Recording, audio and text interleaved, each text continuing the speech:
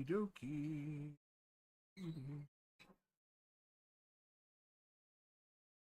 Right. I'm back again.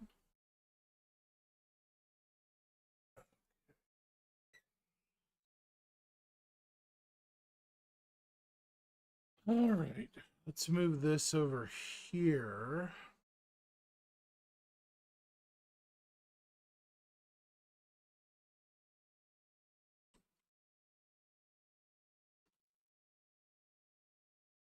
All right.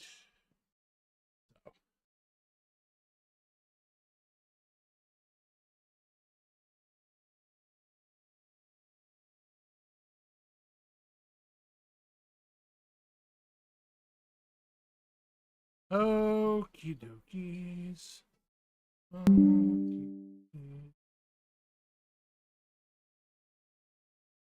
I don't know.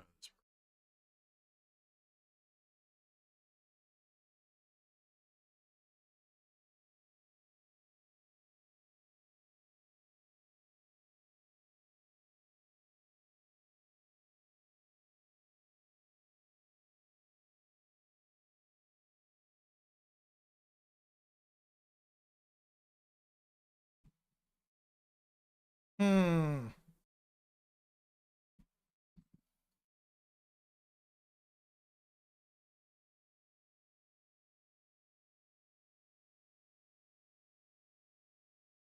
Oh, huh. That's what we can do.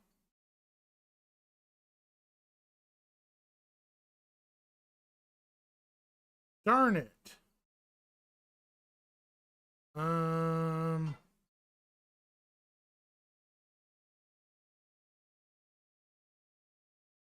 Let me see here.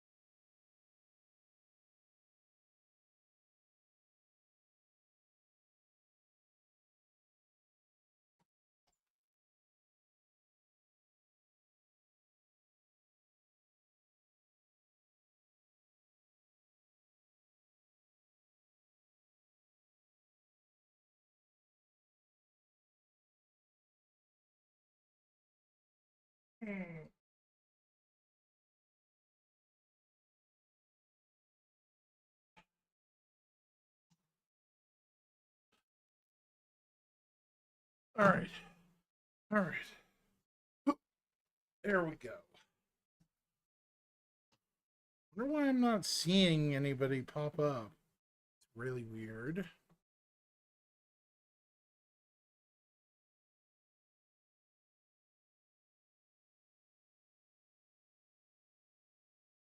No.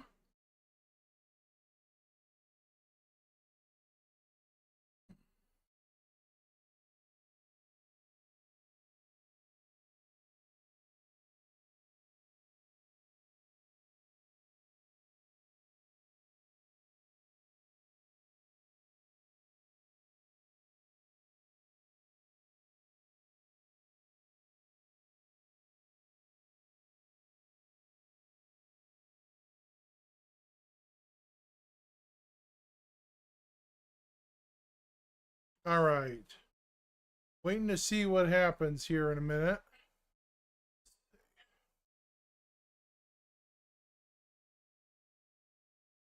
Good evening, everybody. Hope everyone's doing great.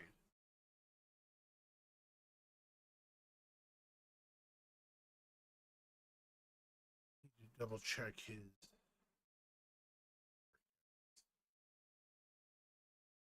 When does he do his stuff? No, I'm not having technical issues this time. I'm going to try to stream with Naz tonight, but I don't know if it's going to work the way I want it to at the moment. Hey, Luna, what's up?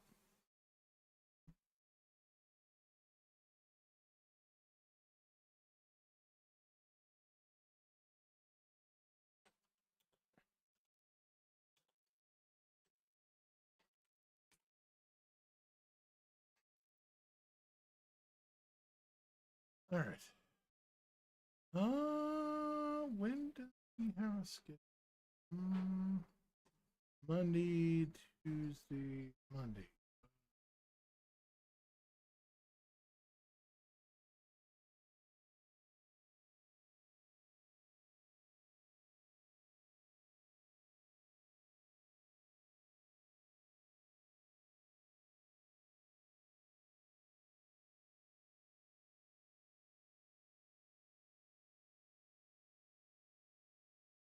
How are you tonight?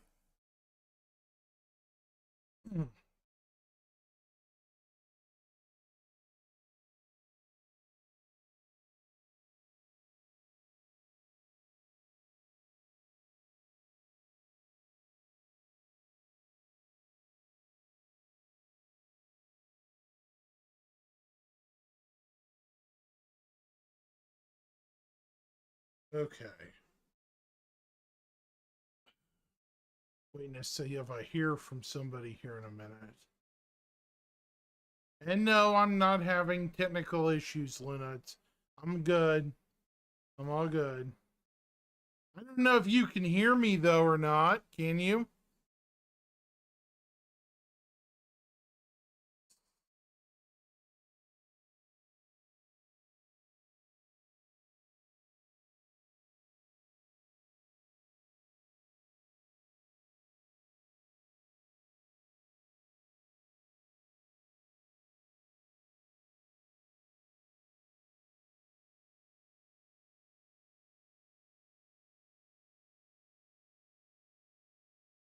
Oh, you just started your master grade EX Gundam?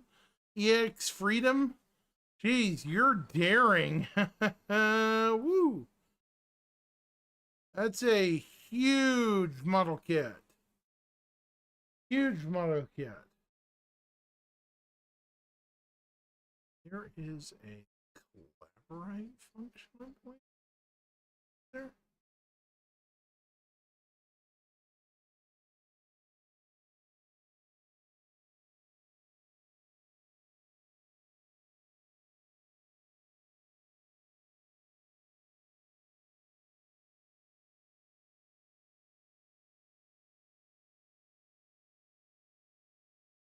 Hold on just a second, chat.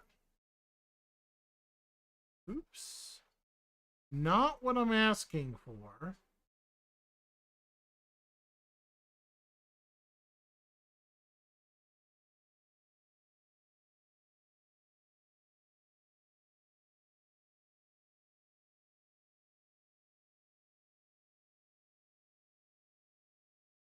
And no, I'm not having technical issues. Thankfully, I'm not. I actually should be putting up a waiting for instructions signal on my PC at the moment. Yeah.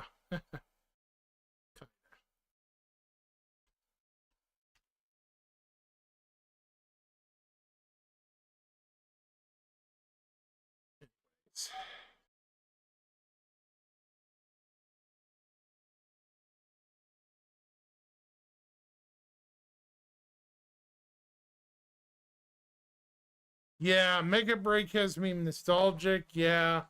I've uh I've wanted to get back into building model kits because some of them are so nice. What's that noise?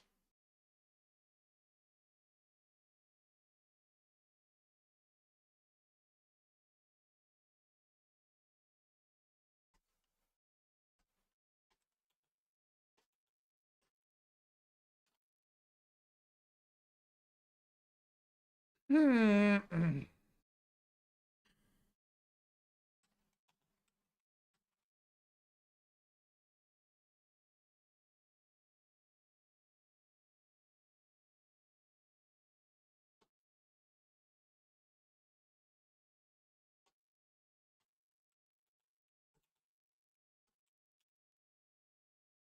Me and Naz might be doing a co-stream. You know who Nazarius is? He's part of Nova Forge. He's a good friend. Might be doing a double stream tonight. So we're gonna try and see if this works. What's going on, Jim?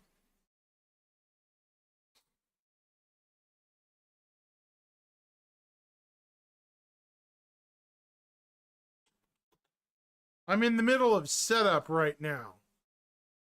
Well, we're going to be going over some stuff update wise that's going on. Nance and I like to cover the boring stuff and make it more fun, you know?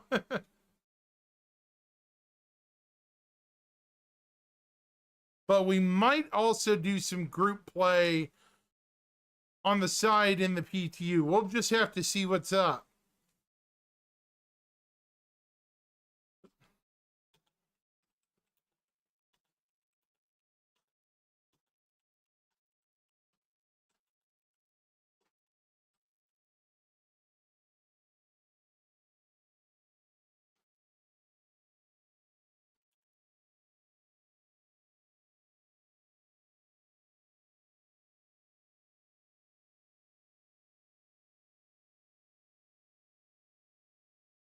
Nance is a good guy. He really is.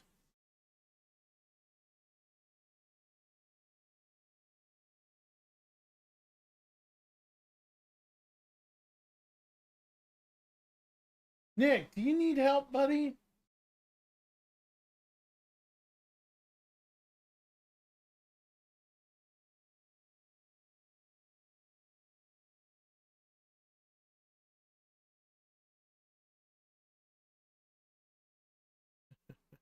Yeah, sorry about that, guys.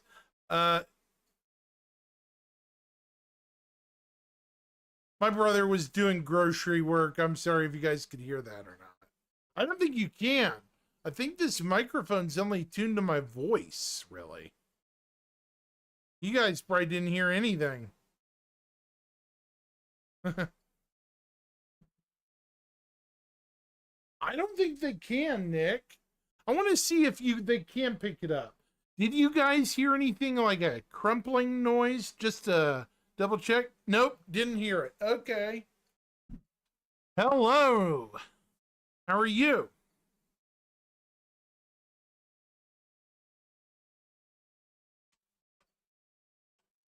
Greetings. How are you tonight, Mr. I guess Neptune Studios? Where do you hail from? You're a newcomer. How are you tonight?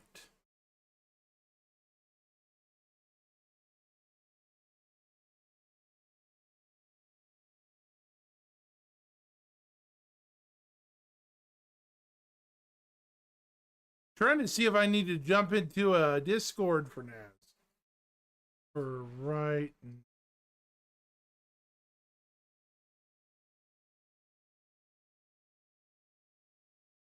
No worries.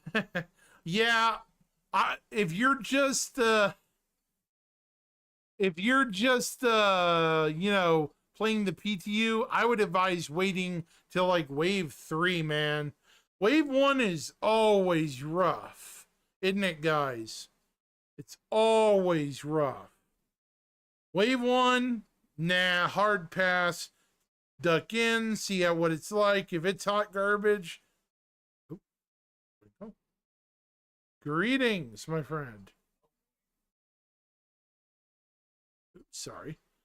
I think there's a way to do a collab thing on Twitch.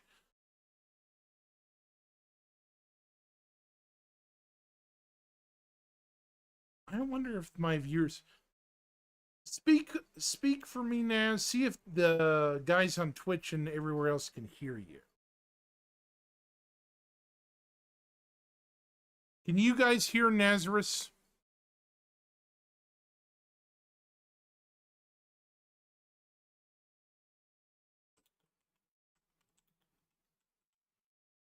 Nope, can't hear him. No, okay. So that might be a input problem. So let's fix that. Okay, that's 3 notes. So try speaking again, Naz. Hello, can you hear me? Stuck in the void. All right, I am. Let's try. It might be my audio. All right. No. Oh, he can hear you now somehow. Might be picking up through the microphone. Low volume for him, it says.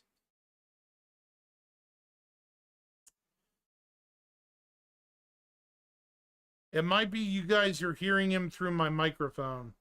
Let me double check here.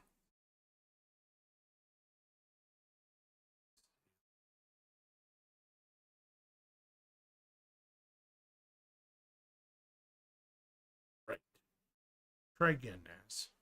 Hello, is anyone there? There we go. Yay. There we go. I'm picking There you it go. up now. Cool. I have sent you an invite on Twitch to a stream together. Roger. Do I know if it's going to work? I don't, because I don't even have OBS open. Woot! Join. No idea how this feature actually works.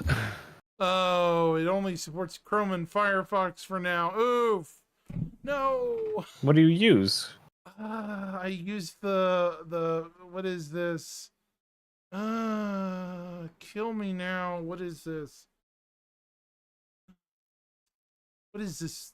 The blue circle thingy. Edge? Yeah. Firefox. Ooh. This is so lame. You gotta have modern hardware for modern stuff. Or modern software for modern stuff. How do you not use Chrome? Ha ha ha ha. Let's laugh at Jim. Ha ha ha ha ha. Okay. Okay, so what do I do here? I had to exit out or something? Of what?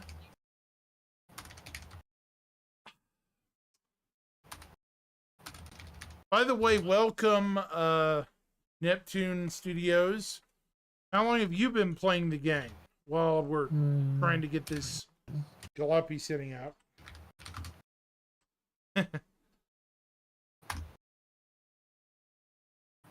I really don't want to change my setups because it might mess everything up.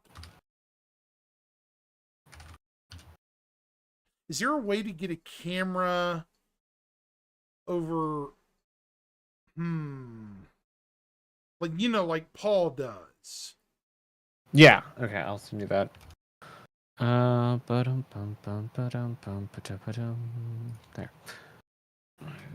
D.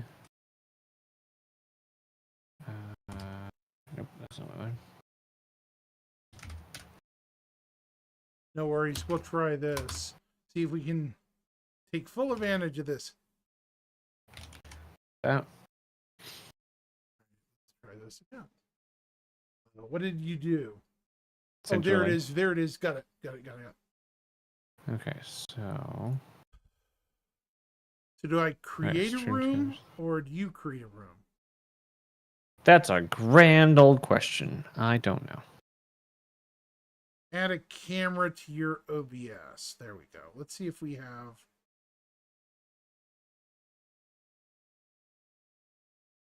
Hush. Okay, so I also need to open up your stream. So let's get that Maybe open. it's remote screen share or create a room. There we go. So I have you open on Twitch now. Hello, everyone on Twitch. And okay, so you can see your YouTube as well from there.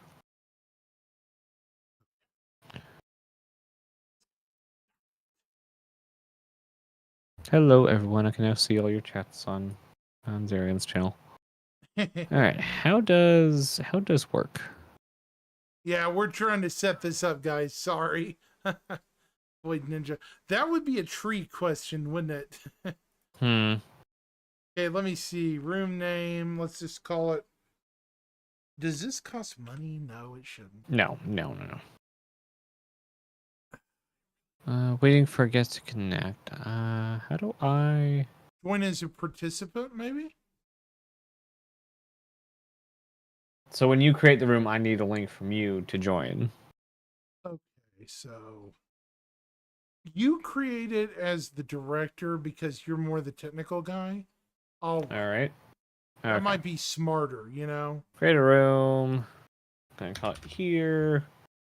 I'll close this window and wait. Yeah. That's probably safer because amateurs. Oh, hush, Jim. I see that. Amateurs, he says. We're professional amateurs. What are you talking about? This is this is.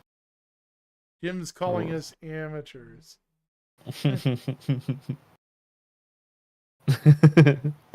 Join room with camera.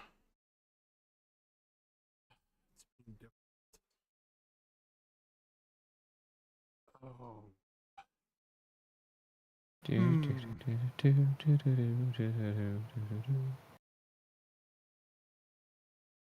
It's maybe disable video.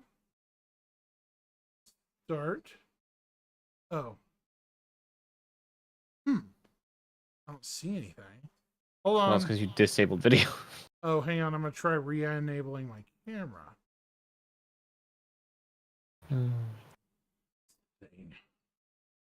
Crazy camera. Now, what is mine doing? I still see my camera On what? on YouTube and Twitch. Yeah, you're gonna see what you're outputting to your services for sure. It's Okay. a completely different thing. Right. Okay. So what am I doing here? We've never done this, chat, so just be patient. Screen share with room. Okay, that should be good. Maybe that's it? Which room are we talking about? The VOD or Discord or what? Whatever you were wanting to stream. Trying to figure this out. Okay, so let's go one at a time. So in VOD, VOD.ninja, we don't have either of our cameras in there, so we need to work on that. I'm going to open another link for me so I can get in there with my camera. I'm going to be using the virtual camera from OBS. And I'm going to set that to my camera. Thanks, Neptune, for the follow. I know this is a cluster. Going to source, and we're going to say the source is going to be my camera. All right. Ta-da. That's going to be fine. And so now I exist in the VOD room. Let me put that over there so I can keep an eye on all that. I wonder if it's trying to prevent us from joining.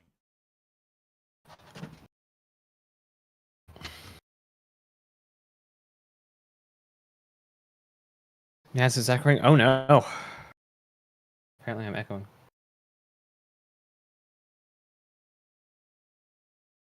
Wait, did that do it? Did that do it? Yeah, no problem, Neptune. Okay, so I have my camera in there. So let's see, on VOD. So open up a new, close the tab you have of VOD and open a new one. Open like a new one?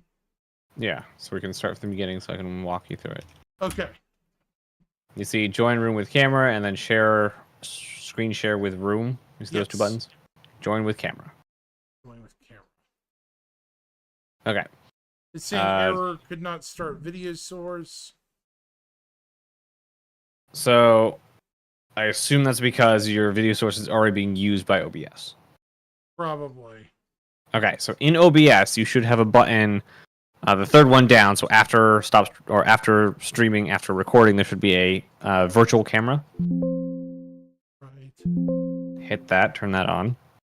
So like, okay, OBS virtual camera, Yes. start. All right. Then there should be a gear that pops up right next to the button. So hit the gear. Right. And then you're going to tell it the output type is going to be your source. And then the output selection is going to be whatever the name of your camera is. Balance, it says output source, OBS virtual camera, right? No, in OBS this is. In OBS next to the virtual camera button, there's a gear. Yeah, that's what I'm putting. Okay. So there should be an option called output type. In a little window that pops up, and that type should be source. Oh, output destination. What? Where? No, that's audio. Darn it. There should be the when you hit the gear, there should be a really tiny window with only 2 options in it, not the whole settings window.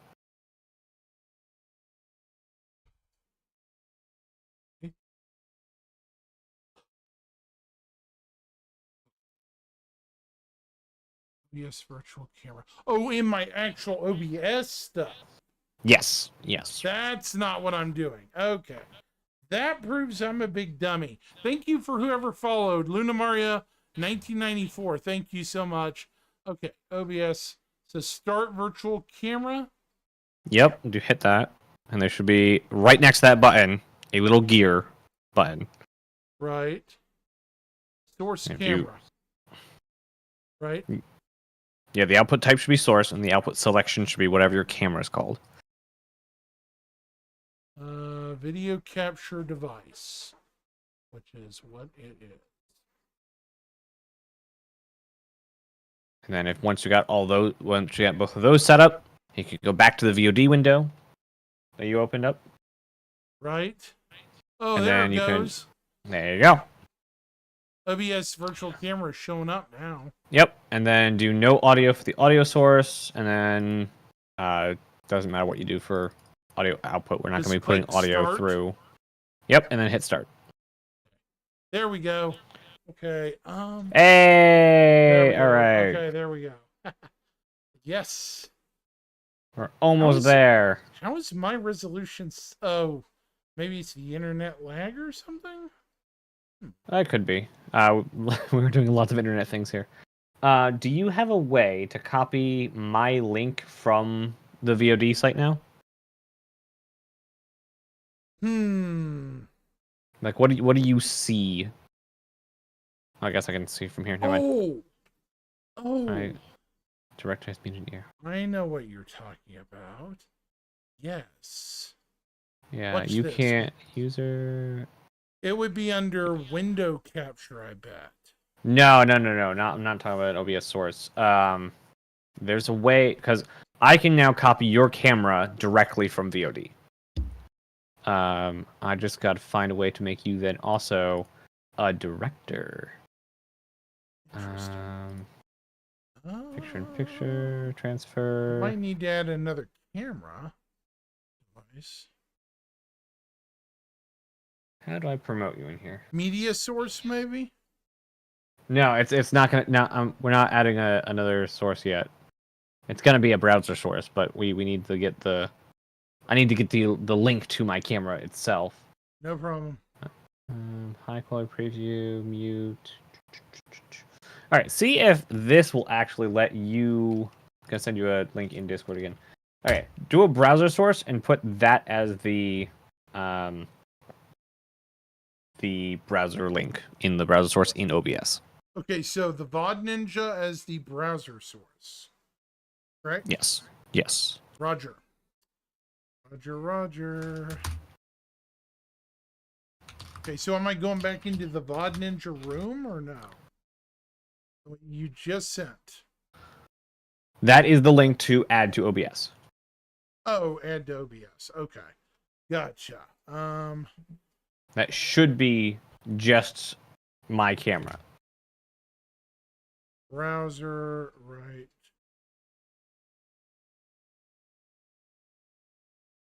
Hang on, I'm gonna add a separate browser.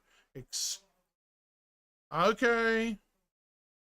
Okay, I'm gonna add another browser, browser 2. Okay. That'll be exclusive for people. You know, there we. Oh, that's perfect. Where it is. It'll be bigger than me, so yeah, I guess there we go. Okay. It will change. It should change. Okay. Use our browser source. I'm going to open it, browser source 2, and if it'll open, I want properties, right? There we go. Probably makes sense. Okay, so URL, click here.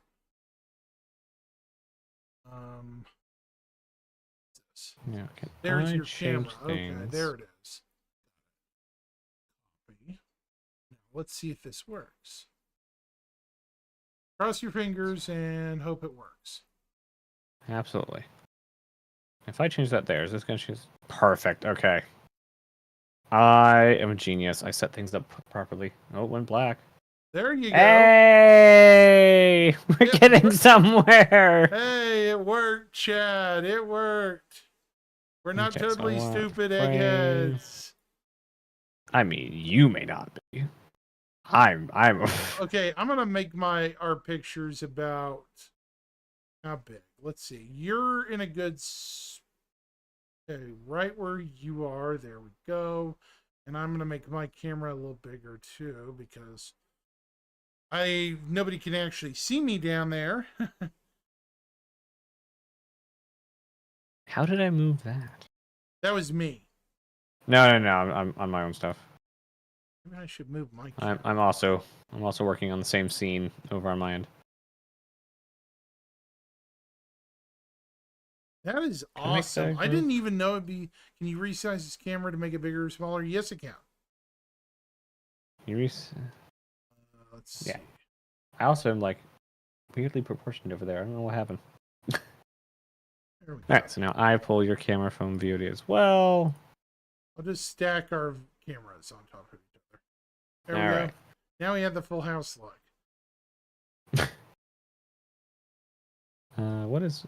How does it look like this? Browser source. Browser This source fine? 2, VOD. However you want to do it, it's perfect. However you want to do it. All right. That looks good. Looks a lot better than it did. Although it's not as professional looking that I would like. But oh well.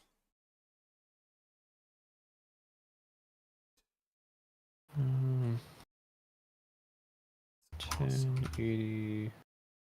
No. Should be It's out of 1920 place. by 1080. Not level with yours. Yeah, that is weird that it looks like that. Let me try again. Maybe I'll just move my camera up here and... Oh, that might actually look better, actually. Media capture. Group selected items. Group 6 is Let's fine. make my camera a bit bigger.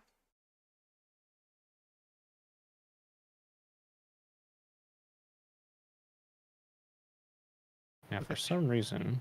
I'm trying to figure out a good placement for this. How's it look on my channel? Does that look good? Like this? Yeah, that's great. Okay. There we go. How's that look, chat? Look a little better? Yeah, I should have somehow names and stuff, but we can do that in due time. It's not perfect, but Oh, because nothing's locked. I see. Okay.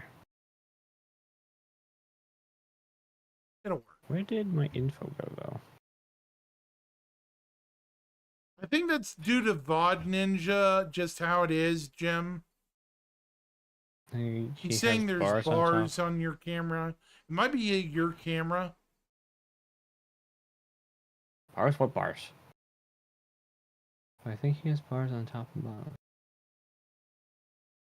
Where? Huh. Looks good. Oh, I see what you're saying. I see. Honestly, just a I think scaling I thing. couldn't have positioned it Okay. any better. So, what do you want to do first? The disgruntlement of the update or the fun stuff? Okay, give me 2 more seconds. We can get into that. It does look like there's some cutoff. Oh, that's gonna be annoying. I can't do that as well. All right, got that. I'm gonna do that. Hopefully that will be better. My stream can now hear me. Hello, Shampasta. I know you've been waiting for a while. Sorry, All Shemp. right, We're also and setting up then- on my end too. we should now be. Why am I so wide on my end? I don't What know. did I- It's weird. I broke everything. It's fine. We broke everything, so it's fine, chat. Don't worry. It's fine. Everything's fine here. How are you? All right. So we're now live on two times on Twitch.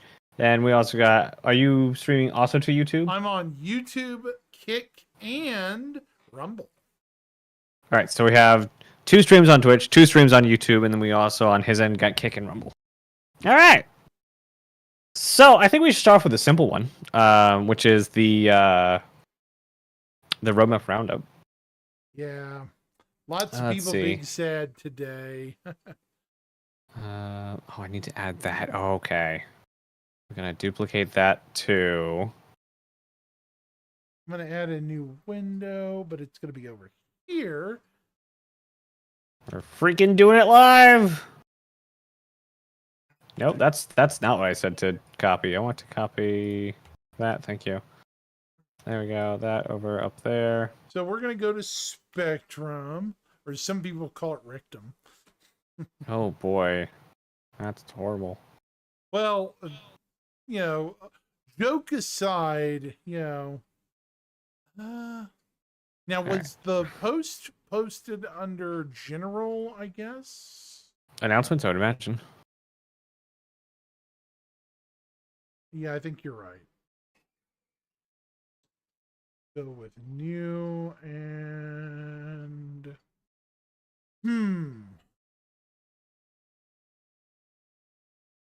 Oh, 07 Okay. Dark-Sided Gamer, what's up? And Shimpasta. Wow, I'm getting a lot of traffic tonight. This is good. Greetings. Do you guys remember where it was posted today?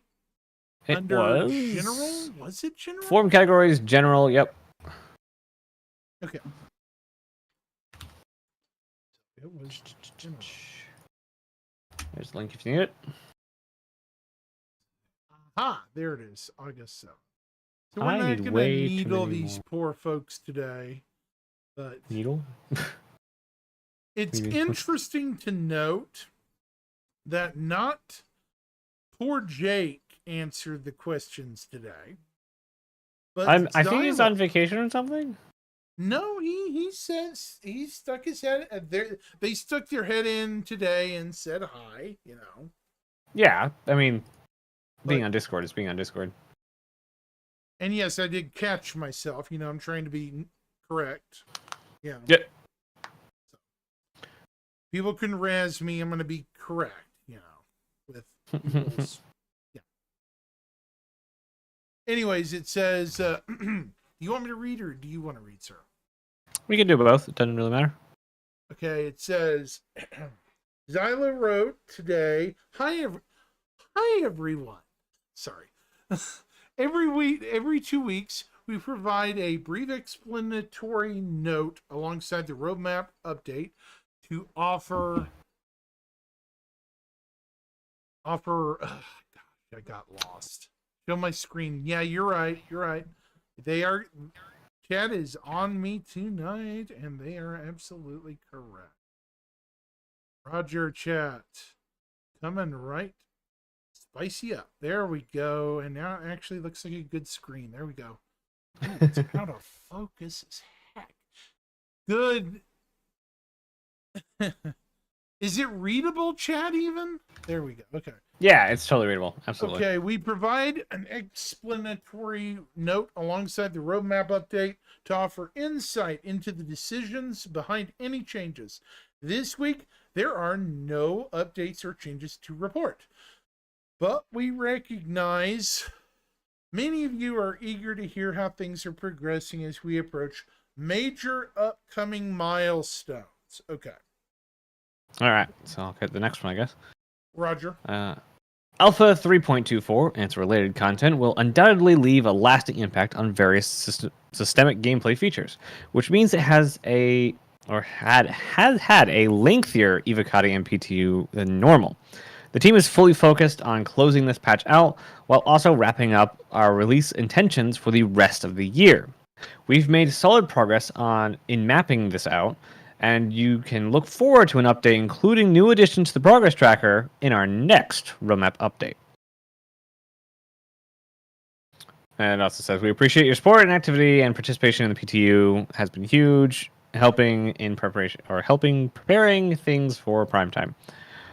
There are some replies, most of them replies to irrelevant content, but there was something that the reason we didn't have the progress update this week is because they just thought need a little more time, but they almost did release it today. So it is definite or is highly expected to come out in 2 weeks. It was down here somewhere. Let me see. Oh, and they mentioned something about the lead up of the 2.0 to 3.0 branch. A lot of people need to remember we're making a massive change, like 2.63 to 3.0 difference. So, big difference. See, this guy, so somewhere along, I don't even know how, STUARTGT posted in the replies to that, 4.0 is still on track for Q3, like, and was excited or shocked face, whatever that was, open mouth emoji. Okay, yeah, that's what no updates mean. Is everything's on schedule, nothing's getting pushed. Like, if we were not gonna hit 4.0 for Q3, they would have known by now. Yeah. Like, I fully expect, and we were talking about this earlier, that the testing for it is going to go a bit longer, because there's just so much in it. Not to mention server meshing, a new paradigm for the server architecture in the game. I wouldn't be shocked if there wasn't much in the rest of the year other than 4.0. Oh yeah, it's hard to believe, but yeah. Made inventory harder. Yes, it did. It did. For 3.4 definitely is making inventory a lot harder. It has. It's made dealing with your inventory a lot more necessary. Yes, and I for one have been loving it. Like, as little as I've been actually able to get to work, it makes everything you own feel a bit more tangible. Like, you actually have to kind of mess with the items now. You have to gauge it. Mm-hmm. Like, you have to pull specific items, and you have to put them on your loadout. I will very much appreciate when we have shelves and suit lockers, and because suit lockers are going to come with basically being able to hot swap entire loadouts. So you can put a loadout in your suit locker, and then one button swap it. So I'll be very happy when that happens. Jack Axton 30K today. Oh boy, nice. Those are hard to find these days. Shampaza said, "Do y'all feel that CIG knows they can't put everything into 4.0, so 4.0 will be stripped down version of what they wanted?" No. So far this year, ever since CitizenCon 2023, they have not backed down and continued to hit their marker. The biggest marker they didn't hit so far is the 3.24 being pulled out of the 3.23 branch. Right. That has been the biggest thing they haven't hit. And yes, it is an entire patch, big one, but a lot of the changes, a lot of the UI and master modes and things that a lot of people were saying, well, this isn't ready, this isn't going to be done. A lot of the stuff that came up for Squadron, a lot of people were saying, well, it's not going to come in because there's not enough lead time and all that. and it just made it in a patch after CitizenCon. So I think a lot of the stuff, like the month report, like we're gonna go over, a lot of the stuff is kind of being just polished off and finished up. Another thing that you said earlier, Zyron, was that the people working on 4.0 are not the people working on 3.24. They're the people working on 4.0. Yeah, 4.0 team is 4.0 team. Yeah. And there may be a bit of overlap, but there is a large amount that aren't the same people. Like, the server meshing team has nothing to do with 3.24 right now. Again, remove the F. No one likes it. There's an option to remove it. It's a game option. You can absolutely do that. Yeah, I'm hoping they do. Welcome, Shimpasta, by the way, to my chat. Okay, so He's just lurking all over the places. They wander. So the important thing to note, I mean, before we forget, is they mention the update to the progress tracker.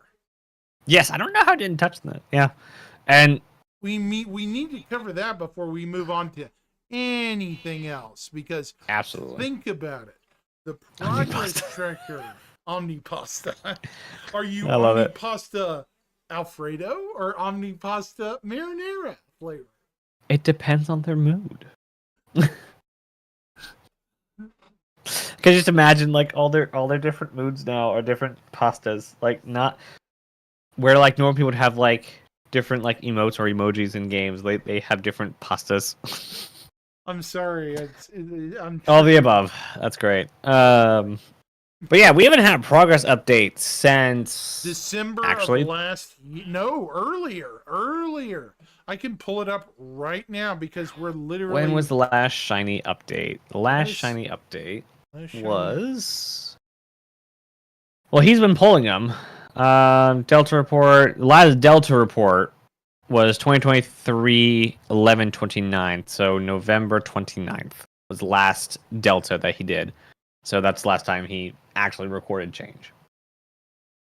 That's So. insane. That's It's crazy. been Okay, so it's been a while. here's the progress tracker.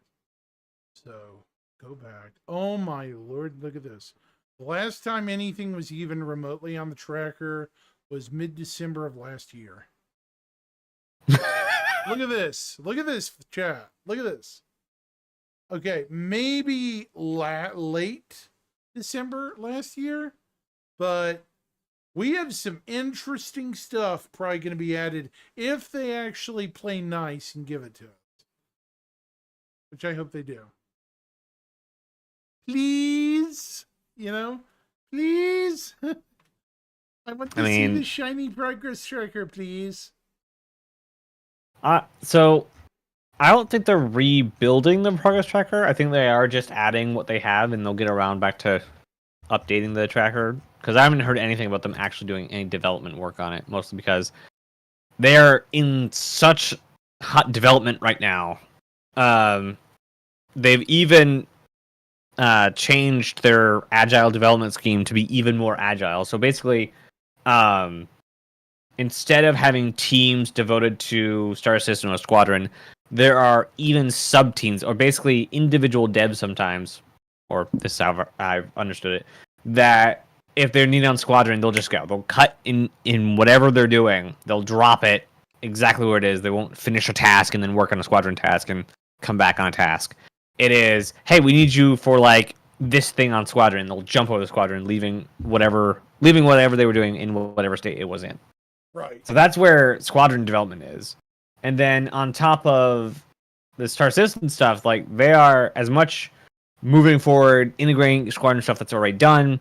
They're moving forward on 4.0. They're moving forward on 3.24. They're moving forward probably on whatever is post 1.0 already. Or not 1.0, but 4.0. 4.1. I think there will be a 4.1 back, at least. In the works. No wonder 3.24 had issues. Dev dropped it too much. I doubt it's Dev dropped it too much because, like, that is all on the leadership in CIG. That is simply how much do you trust the team leads and the development leads and the executive leads, and Chris Roberts. Like all the way up the chain, it is the lead's job to make sure that what they want to get done is getting done. So if, let's say, Squadron says, "Oh, we need this, like all of the props redone, so all of our artists now need to go work on that," it's up to the leads to say, "Well, we said we'd get this out, and this is already on the plan to get this out per the internal schedules." Yeah. So they have to balance all of that. So as much as they will drop and run, it is still up to the department leads to get the stuff that they already have on their internal schedules out. And the stuff we have is a reflection of the internal schedules. Oh, we can't move forward without covering this goofy little short. In the last week, we got this, chat. What This are we goofy showing? little thing. The Now, is the sound on this? Nope, no sound. tweet. Yeah, luckily it's on Oh. YouTube now. So Tremendous changes to how you manage your belongings. now, remember, chat. Not all of this Your persistent hangar is now your first customizable home in the verse. says anything about Organize your cargo. here. See a couple of things in there I don't recognize. Let What me pull is that up on my end this? as well. Is this a puzzle? One of those things from the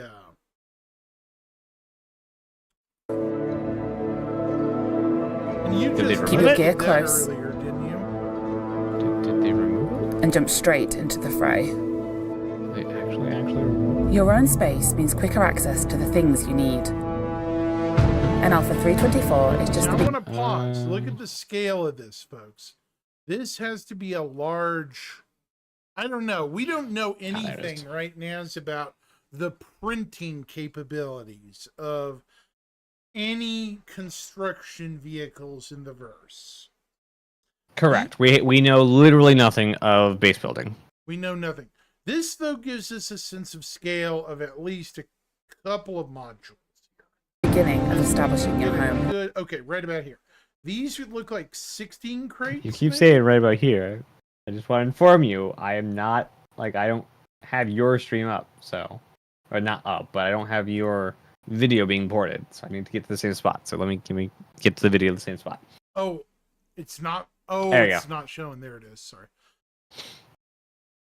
Okay, now what were you saying about the homestead? What I'm saying is, it looks like it's made of several parts, not one big So piece. this room, I believe, was in the talk from Sensengun, and this was a single module. So it's a single mod made by the. This shot, because the next shot I'm pretty sure is two different modules.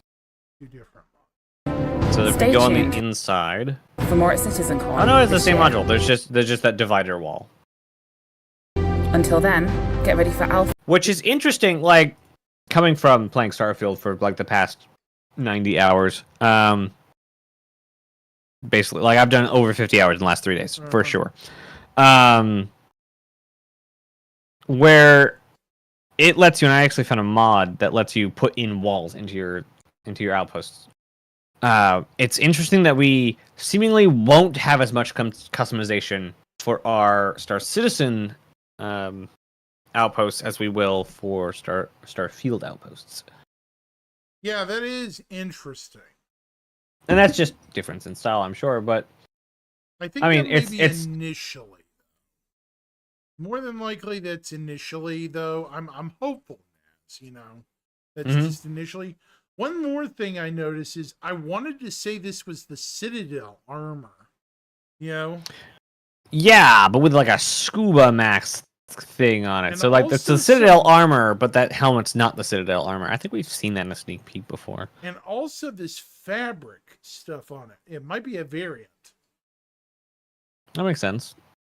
I don't know where this armor's from, but it's interesting, and maybe it's related to a hazard or something. So we'll keep an eye. I know it's not very. Before we move on, it's something I would say goes in the category Tree would probably say of keep your eye out for this. Maybe Yep. maybe as a CitizenCon drop, part of the Yeah, it could definitely be part of the goodies pack. That makes probably, sense.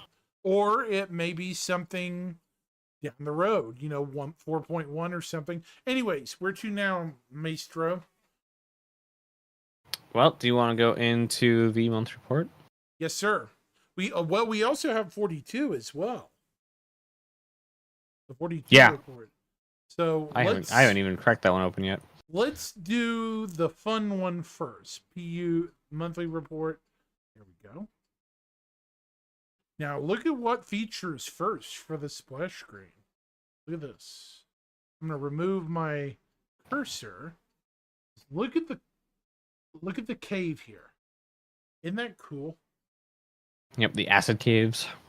That's more like what you find in Carlsbad, in the U.S. Yeah, I've been in caves that actually look very similar to this. We have alabaster. Just not so roomy. dangerous. Yeah, dangerous. Now, I'm wondering if you'll find these kind of caves near volcanic places. And I wonder if it might, speculation, of course. I wonder if there might be harvestables like cinnabar, mercury, for medicinal use. Sulfur, which would be another medical related material. And what else am I thinking that might be in these bubbling pools? There's other minerals they could make nodes for, in the water. I mean, We have sulfur, we have bromine. There's all kinds of minerals they could just slap in there because it's all interrelated volcanically, Mm-hmm. And it works. It works. But definitely the acid. That's sulfuric. Look at the color. It's green. Mm-hmm. So sulfur's probably in here. In fact, look. And I imagine most of that's just art, and we'll find it, in Pyro, in Hurston, without specific any type of elements. Because I imagine it'd be kind of restricted to have to recolor the entire set of room modules, because that's how caves are built. Have to go through another art pass with every resource that is prominent. They could do overlays, but in the previous caves, that's not how they've done it. They'll just throw in whatever minables there are into whatever archetype is of that category, I guess. So Basically there'll be rocks throw it in the rocky ones. Yep. Okay. All right. So the monthly report header says, "Welcome to July's PU monthly report. With the upcoming Alpha 3.24 patch now live for testing in the PTU, many teams spent the month polishing and bug fixing alongside exciting new tasks for Pyro and beyond. Read on for all the details." See, the headers for the PU ones are a lot less informative than the Squadron ones, because they'll give you a couple things. It's funny because they're aren't they written by the same people? That is, well, then there's the misleader. They're not. Squadron, we have to remember, kind of is the B team. A team, the public team that we see right now, is the PU and PTU. I thought, was it Xylo writes them? And it wouldn't make any sense to have so much crossover if it was only what's it called? There might be some. If it was two writers, they wouldn't be word for word crossovers. Right. Okay, so you want to read this one first? I'm not great with AI. Sure. I'm just putting up the Squadron one as well. Yeah, so in the Squadron one, it's across the campaign, AI groups, EVA, and other stuff. So yeah, so there's no fun what's it stuff. called? Words to get you interested in it. Oh, wait, no, So it's don't know what I'm not thinking a about. catchy update. The header just doesn't preview. There's no preview in the header. There we go. Anyway, AI features. Last month, the AI feature team worked on a combination of fixes and new functionalities, including an issue requiring a usable to have an interactable component. A problem was also solved with stance not being updated, caused causing issues with AI exiting cover. This bug was caused by conflicting changes between Squadron 42 and Star Citizen when merging features. So, something about merging AI stuff from Squadron. Interesting. Keep in mind.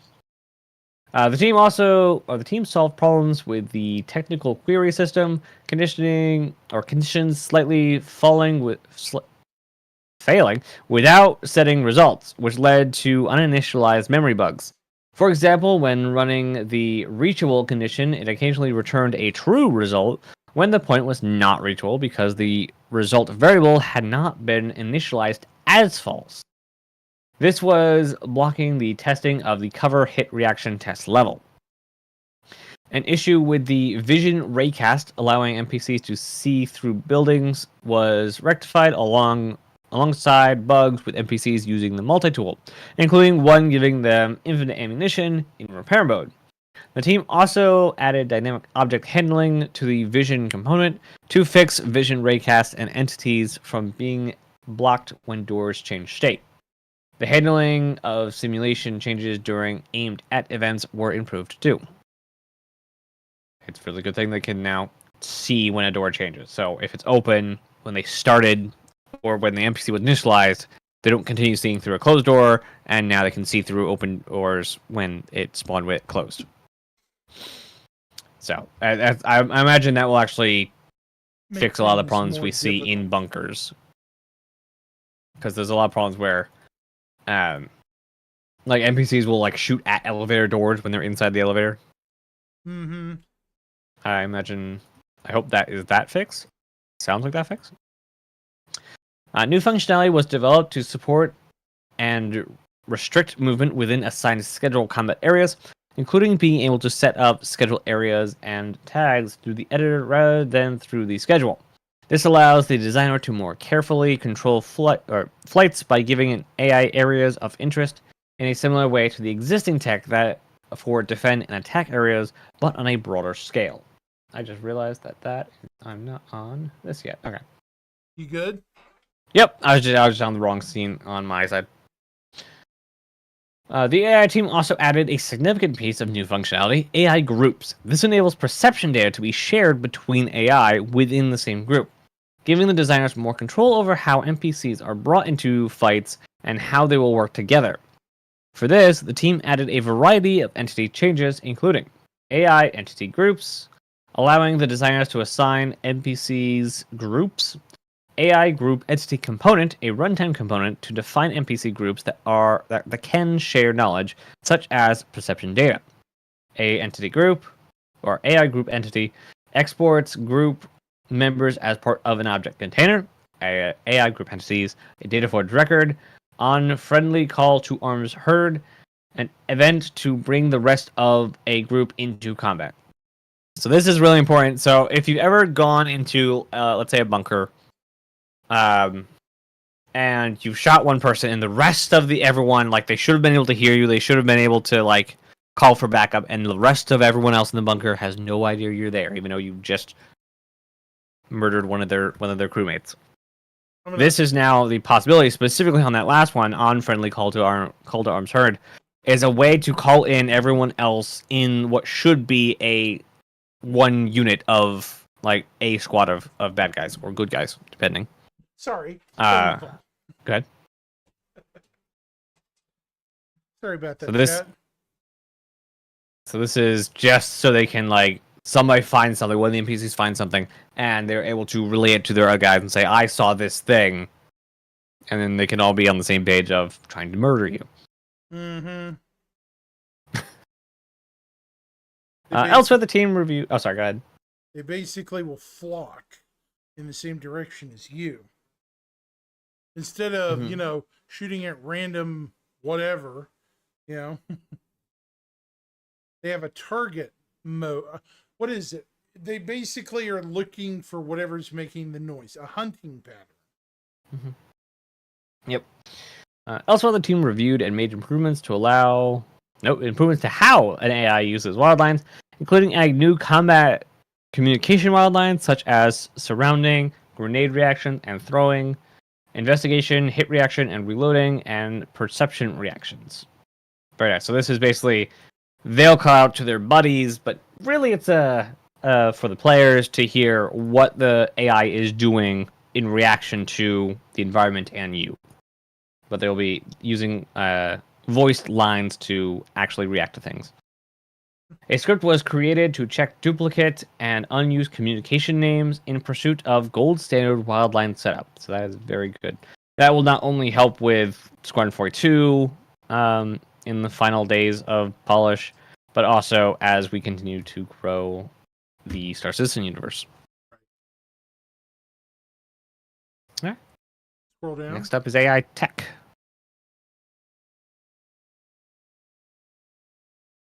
Is that me? Yeah, Okay. I was figuring. For AI tech, the team continued working on the AI vision and movement systems for server meshing. This will allow NPCs transition from one server to another without losing their previous context. Excuse me. Like if they're following or pursuing a player character over the shard edge from one shard to another, they can continue in a seamless line without jogging and stuff. Yeah. Or like passing the server border and then forgetting what they were doing. Like like- Where am I going? attack crosses the border. What was I doing again? And then just idles back to their home or something. Like that's it. Honestly, like it's one of those things that like is common sense, but like it has to be developed. It has to be put in. Yeah, definitely. Various optimizations too were made to including the observable and vision components, and to object collision avoidance when NPCs fly ships and drive ground vehicles. Updates were also made to tactical point system queries used by ship AI behaviors. Now, I will tell you this. I've never seen a AI NPC-driven ground vehicle before. Yep, they've been talking about that for I think at least the last 3 month reports.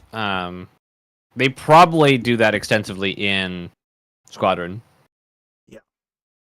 That would Sound be like a it would make nice sense. change around some bunkers. Think you're Mhm. safe, and then you're like, oh, look, a friendly player. Nope, NPC incoming. Yeah, and I believe the mission team has talked about wanting to do on-ground things, not just in-ground things. Mm-hmm. Not to mention, we need the AI to be able to move vehicles around the distribution center. Like Yeah. they're supposed to be able to drive around there. Yep. We just need the. Honestly, I don't know what they need to spawn NPCs to drive vehicles around. Do you Like it would really liven up a lot of places, not just like we have DCs, we have bunkers where they should have like some ground combatants, the ruins for the the derelict squatters. outposts. Yeah. Yeah. But we also have I don't know if you got to play the Pyro Playground when it was up. But there was a bunch of mules and rocks, I think. Mules and rocks around the outposts that you could just take. It'd be nice to see them driving those around their outposts as well. Around the settlement, yeah. Mhm. Because then it makes it look like a living, breathing settlement again. Exactly. Yep. All right. Art characters. July saw the character art team begin work on on utility armor. So the archetype of utility armor. They also progressed with the specialist armors. Supported request for character customizer. So devs have requested things and they're working on it. And worked through art debt for loot items. I wonder what kind of debt they have on the character side for loot items. We have several items that are currently unavailable in the whatever your store it is. You know which one I'm talking about. You buy them, but they're currently not available right now. They'll be available at a later date in a later update. I wonder if this is part of that. For character art? Yeah, because think about it. those. Well, I mean, they may be subscriber stuff, but they may have variants in the wild, right? Just saying, Naz. I mean, Yeah, 50-50. yeah. I'm just wondering what exactly what is the debt, the art debt for that they're talking about? Like, why do we need more art for specifically lootable items?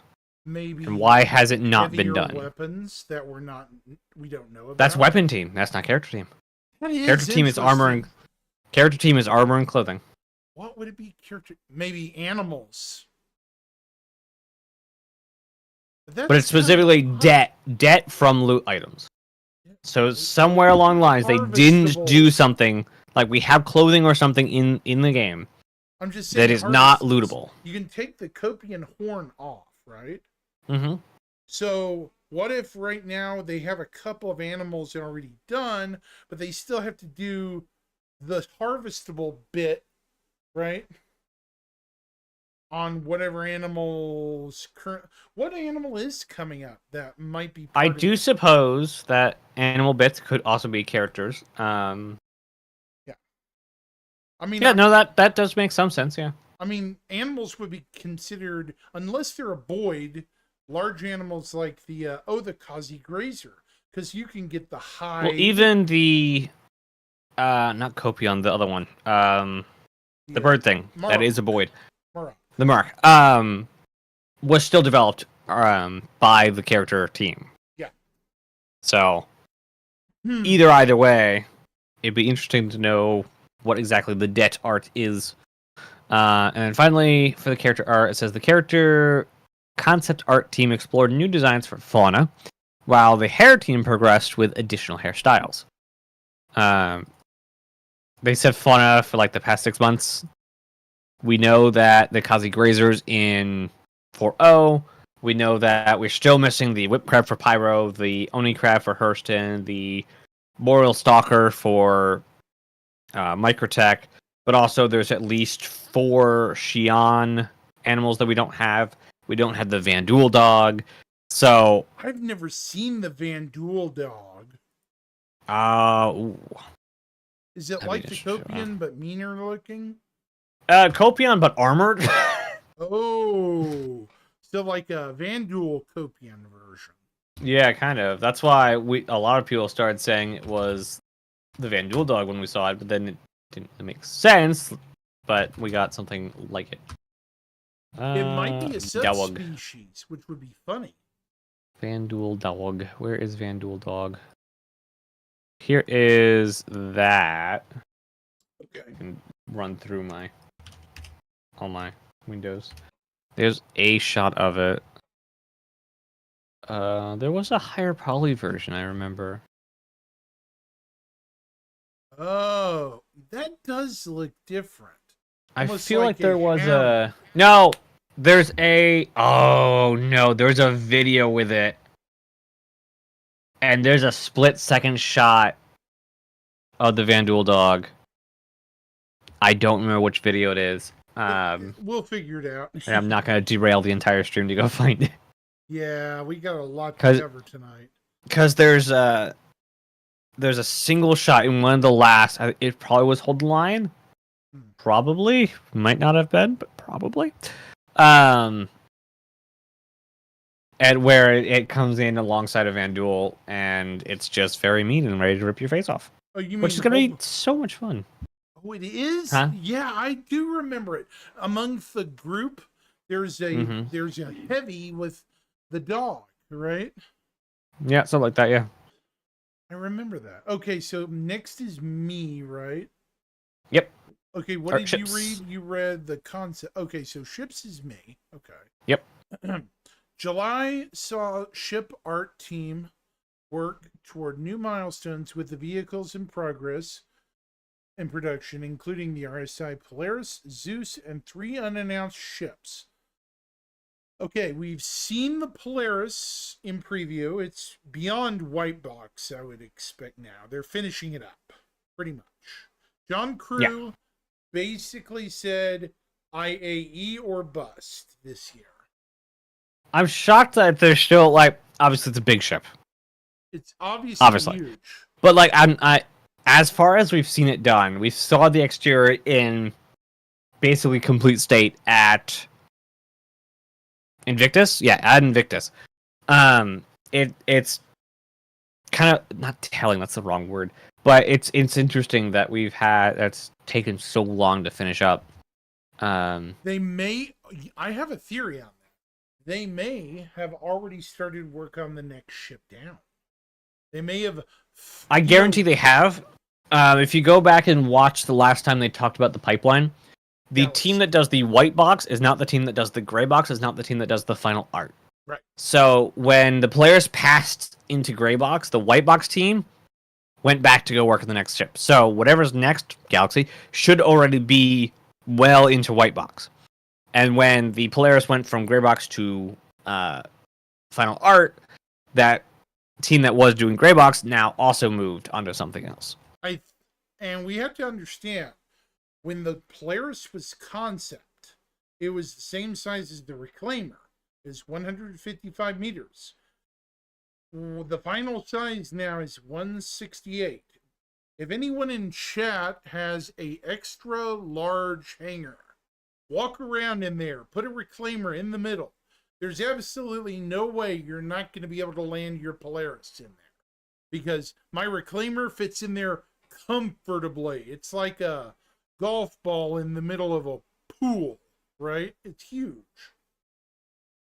The only reason I'm saying that, Naz, is the final art tends to, the final gray box gate kind of dictates the final size. The Karak got huge. And then what's going to happen is the Galaxy's probably going to get a little bigger because of the internal hangars and stuff, the modules. I don't think the Galaxy or the Perseus is going to get any bigger because they were concepted post 2017. And post 2017, I think it'll be very minimal, because the only reason I think that is, like you said, it's post 2017. Yeah. And post 2017, to get a concept approved, you had to have early white box done. So that means final size. The Perseus may get bigger, but it will be so minor it won't even. Yeah. So the Polaris is smaller than the 890. Yeah. And an extra large hangar is 890 sized. Yeah. At the moment. it's not getting any bigger than 166. Now, they could have a capital hangar, but I will go on a limb, Theorycraft, and say it won't be extra large used to be called capital. Yeah. They will go with a capital hangar, but it won't be with gravity, and it'll be around specific planets. It'll be dry dock hangars for capital. Yeah, it'll be only dock. So anything bigger than I imagine Polaris. I don't know if there's anything landable that's 890. What's the Hammerhead? Hammerhead is 150 or 115. Orion? The Orion's gonna be 300 or 400 meters. It's gonna be huge. When that ship was concepted, it was tiny, tiny, tiny. Orion. I wonder which one does Hangar Link actually have? Oh boy, yeah, that's gonna be an only dockable one. That is almost twice an 890. It is. Yeah. It's over 50% larger It's than almost an as big 890. as a Javelin, which is crazy. Oh, where's the Javelin? Javelin. 480 meters. Got that And that's memorized. an old concept too. I still think the Javelin might get longer. Javelin's done. Javelin's not getting any bigger. The Javelin, like, we've seen the Javelin. We saw it in the intro to Squadron 42, the Hold the Line video. Like, it is done. So it's The only done. thing, like, the only parts that may not be done are, like, they had the Idris, when the Idris first came into Star Citizen, specific rooms weren't done. And that's as much as is not going. They could get a polish pass, because, like, they've been doing on the Polaris and moving forward off the Polaris, they've mentioned how they are able to increase the exterior detail. Thank you, Kat, for throwing stuff off my desk. They are able to increase the detail of the exterior art-wise. So that's the only like update still to go. It's definitely not size for the Javelin. I need to update the title of my stream. I didn't even know I'd be doing a collab stream tonight.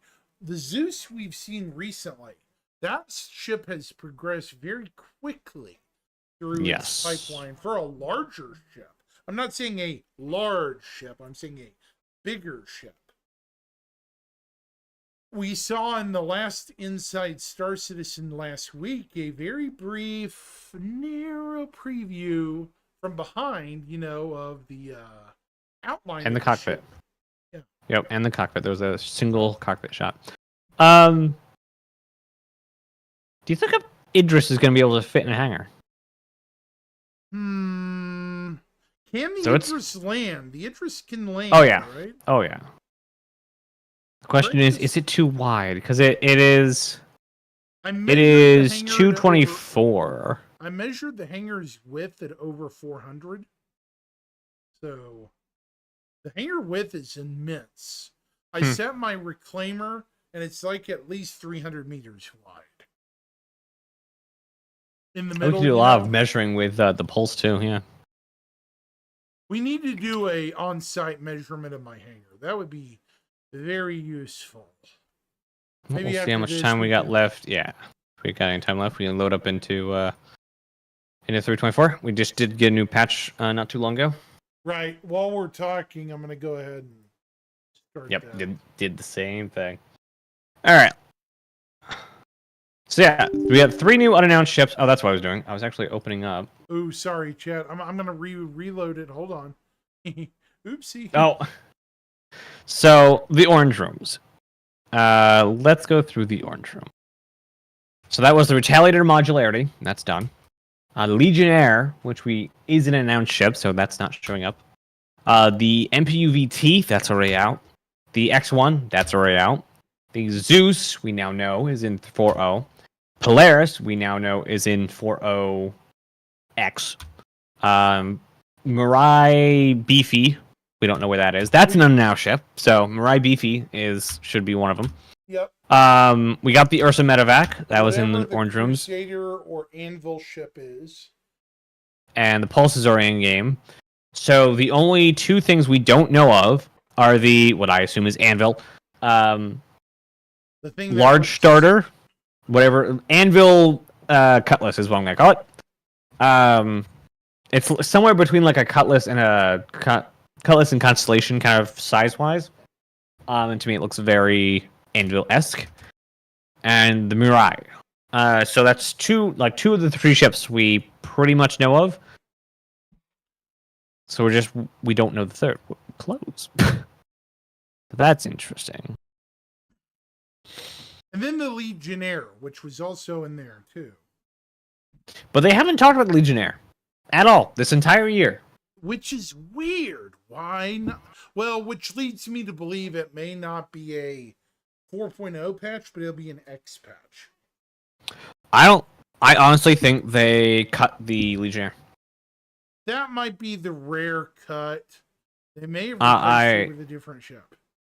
Yeah, I honestly think that they're not ready to actually implement hacking, and they're focusing their efforts elsewhere, and so Legionnaire is not coming in.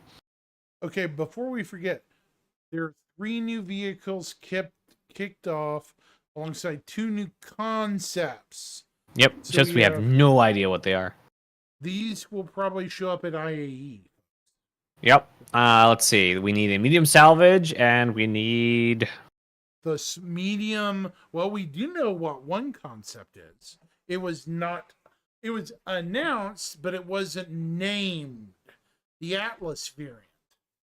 The Atlas. Well, these are concepts they don't even have yet. Right. Well, I'm saying. So we saw the drone mower, the Atlas add-on, and the builder stuff. Those have been concepted. That's why they were in there. Those probably might be among the 3 new vehicles. Might be. It would make sense that they are working on base building things, so that they always love putting out stuff with features, and I imagine that base building is a little farther along as far as a tier 0 implementation than a lot of people think, because it's a drone based beam based system. As long as you have, like, the biggest thing I see from my humble position looking in from the outside is the biggest thing between us and base building is UI, because they already have the raster system. They already have ways to place everything. They already have the modules, and as we saw in the Twitter video earlier, they have a pretty final art looking module for the base, at least one. So it would make sense that they just like, hey, you can place down this building. Go ham. Right. Because it really depends on like what they want their first update to be. Do they want it full featured, or do they want it the beginning and they'll tack on just like every little update, they'll have a little bit more? It just depends on what CIG wants to do with the entire feature. That is a good point. All right, you want me to do the community page now? Go ahead. All right. Community. July began with the community team supporting Foundation Festival 2954, which encouraged experienced players to share their knowledge with newcomers. They also invited players to highlight what makes their organizations stand out in the org showcase contest, which No Forge Industries, my org, did both of. We also got, I think, at least 2 new people during the Foundation Festival, and should start showing them the game. The team then published several new guides to help players with weapons, master modes, and the industrial, cargo, and medical careers. Some of them were broken at the beginning, but through community help, they actually edited those posts, and they're now more accurate than ever. In support of the returning Jumptown Global event, the community team collected feedback to improve future events. For Alien Week 2954, the team compiled entries from the Xenothreat Smackdown contest into an alien-themed cookbook. Regular updates were also published to the community, including Roadmap Roundup, This Week in Star Citizen, and the Arena Commander schedule. With CitizenCon 2954 less than 3 months away, community is currently working hard to prepare for an unforgettable program of exciting content. And then we got a quote from the community team. Last month wrapped up with the Bar Citizen event in DC, in Washington DC, whereas over 150 attendees gathered, seeing organizations met in person for the first time, and even a new org formed at the event. These gatherings exemplify the spirit of Bar Citizen. With more events anticipated in the future, the team is already looking forward to meeting members of the community at Gamescom in Cologne, and can't wait to kick off 2 Bar Citizens on August 23rd and 24th, the community team. Now, I thought, the first time I looked up they were going to Gamescom, I thought they had not been going to Gamescom for the past few years. Apparently, they have been going to Gamescom every year. That is interesting. And I wonder what the whole deal is with that. Yeah, I thought they had not, and so that them going was going to be a whole hullabaloo, but apparently it's just they're normal. That's just one of the places. Like, it is in Star Citizen's heritage. That is where in Star Citizen's literally Star Citizen was kicked off. There was no CitizenCon. There was no monthly report. There was no ISC, or back in the day, ATV. The original 2012 event for Chris Roberts to announce that he was working on a new project was at Gamescom. So Gamescom is woven into the fabric of this game. And I love it. Mm-hmm. Not that I'll be able to ever go because money and getting to Germany. Money's But expensive. I mean, so expensive. Mm-hmm. It makes me hurt thinking about it. How would you like to do the gameplay one? Because it is very, very long. You can just go until you want to switch off and let me know, and I'll keep going. Let me see. Hello, Enda. Hello, Master Ender. How are you tonight? I just barely noticed him pop up. Hello, good friend. You know, this one is complicated because there's Yep. so much stuff in it if you don't know what you're talking about. Because, well, let's And have a lot of the stuff they talk about throughout most of the core gameplay is stuff that we've been hearing about for a while. So, like charge and drain, they just kind of say charge and drain, and they don't give you a ton of context. And so, if you don't know what that's about, because they also, what is it? Charge, drain. There was a couple other overheat. I forget there was another term they used somewhere in there, and basically it was just non-supported without context because you have to have that context to do it. So if you want to get going, you are streaming Starfield category. Oh no, I forgot to change my Twitch thing. Thank you, Ender. what happened. I didn't change my Twitch category. Oh, crap. It's fine. Just a really advanced version of Starfield. I wrote Talking Star Citizen and Games Future is what I said. Well, the title's fine. It's just the stupid category. It's about the same thing. So There we go. Yes. Do. Info. Why is my stream unstable? Stop being unstable. that was me. I don't know. That was weird. There we go. Yeah, it's holding steady. I don't know what its problem is. Boop, boop, boop, boop, boop. All right. Alrighty. So, what was I gonna say? Okay. Core gameplay. What I could do, okay, what I'm going to do here is the gameplay feature team progressed with a wide variety of features throughout July, beginning with Charge and Drain. For this, they added networking support to the wider feature.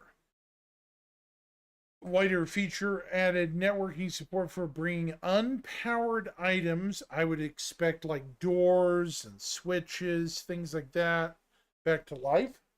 Implemented weapon rollback and supported UI implementation. Progress was then made on the overheat mechanic, improving ways to tune heat values. Moving forward, all energy weapons will have the potential to overheat.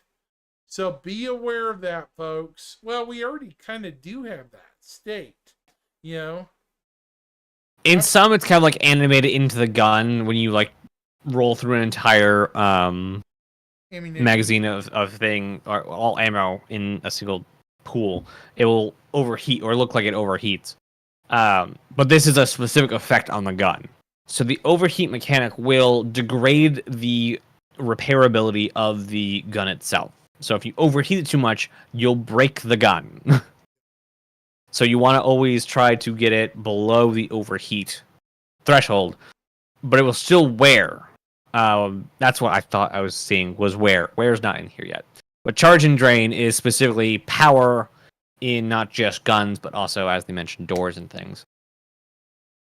Exactly. Basically anything with a battery. Exactly.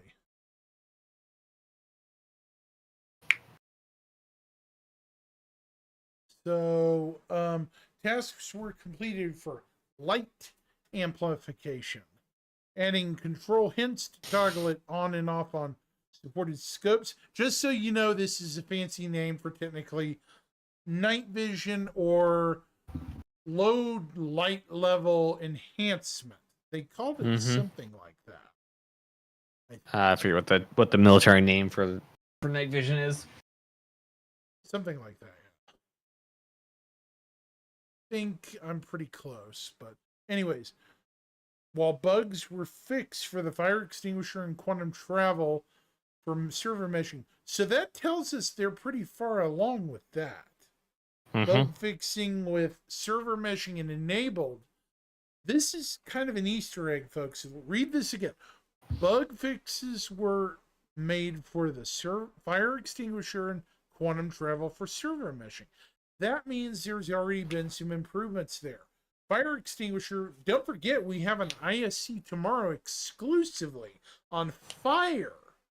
So this could be an ISC on the development of this. So Definitely Very worth much so. paying attention. Yep. And then we have the quantum travel where earlier Naz would mention the AI would forget what they were doing on their splines when moving. Right? From one It was a possibility, star yeah. to another. That's similar with quantum travel and desync in your ship.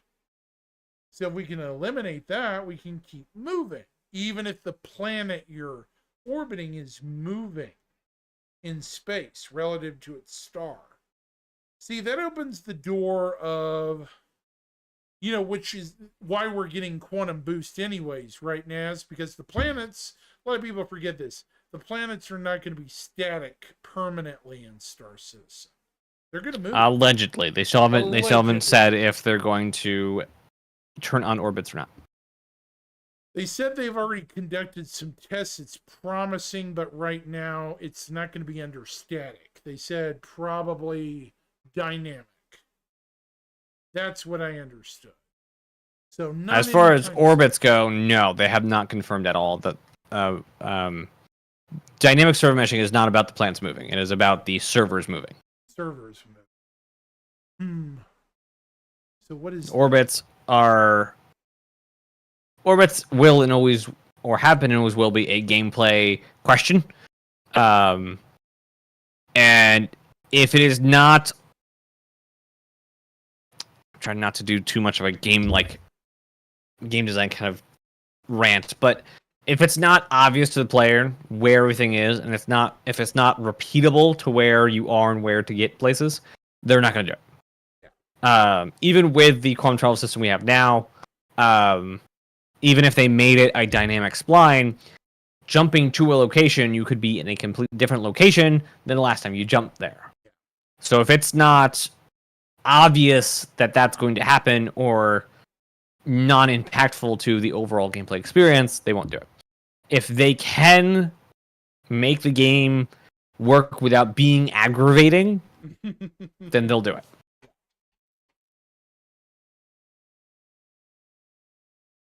Yeah. All right, you continue on. All right. We are at gameplay features continued improving control surfaces, addressing various turning issues while zero-G traversal markers were implemented. There we go. I don't know if control surfaces are 4.0. We have not heard yet. We also don't know if quantum travel is 4.0, like the new quantum travel experience.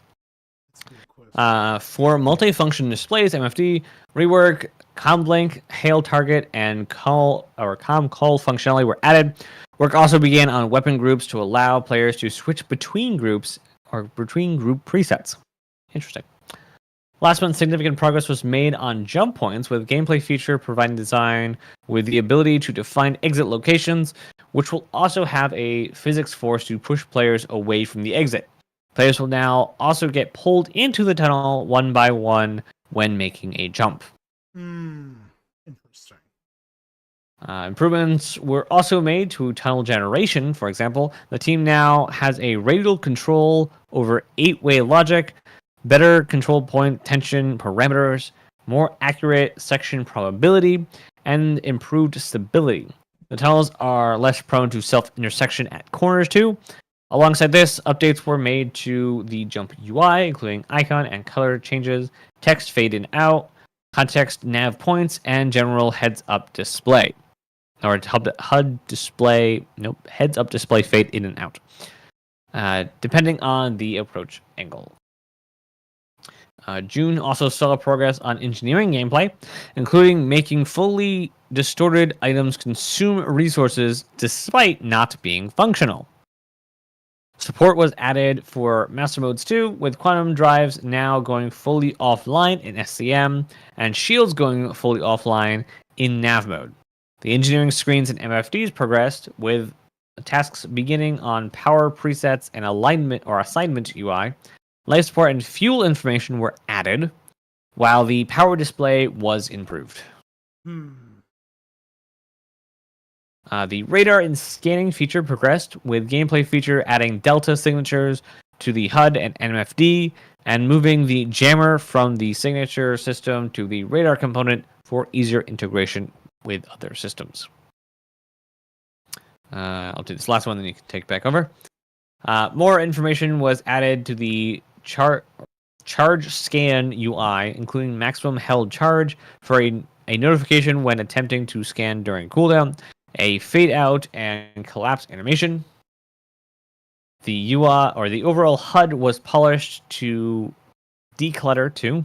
For example, nameplates only show up for targeted ships. Distance only appears for targeted ships and pinned ships.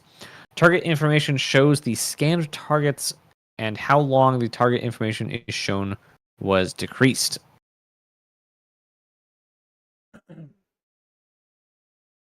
So before we move on, the radar and scanning feature being progressed.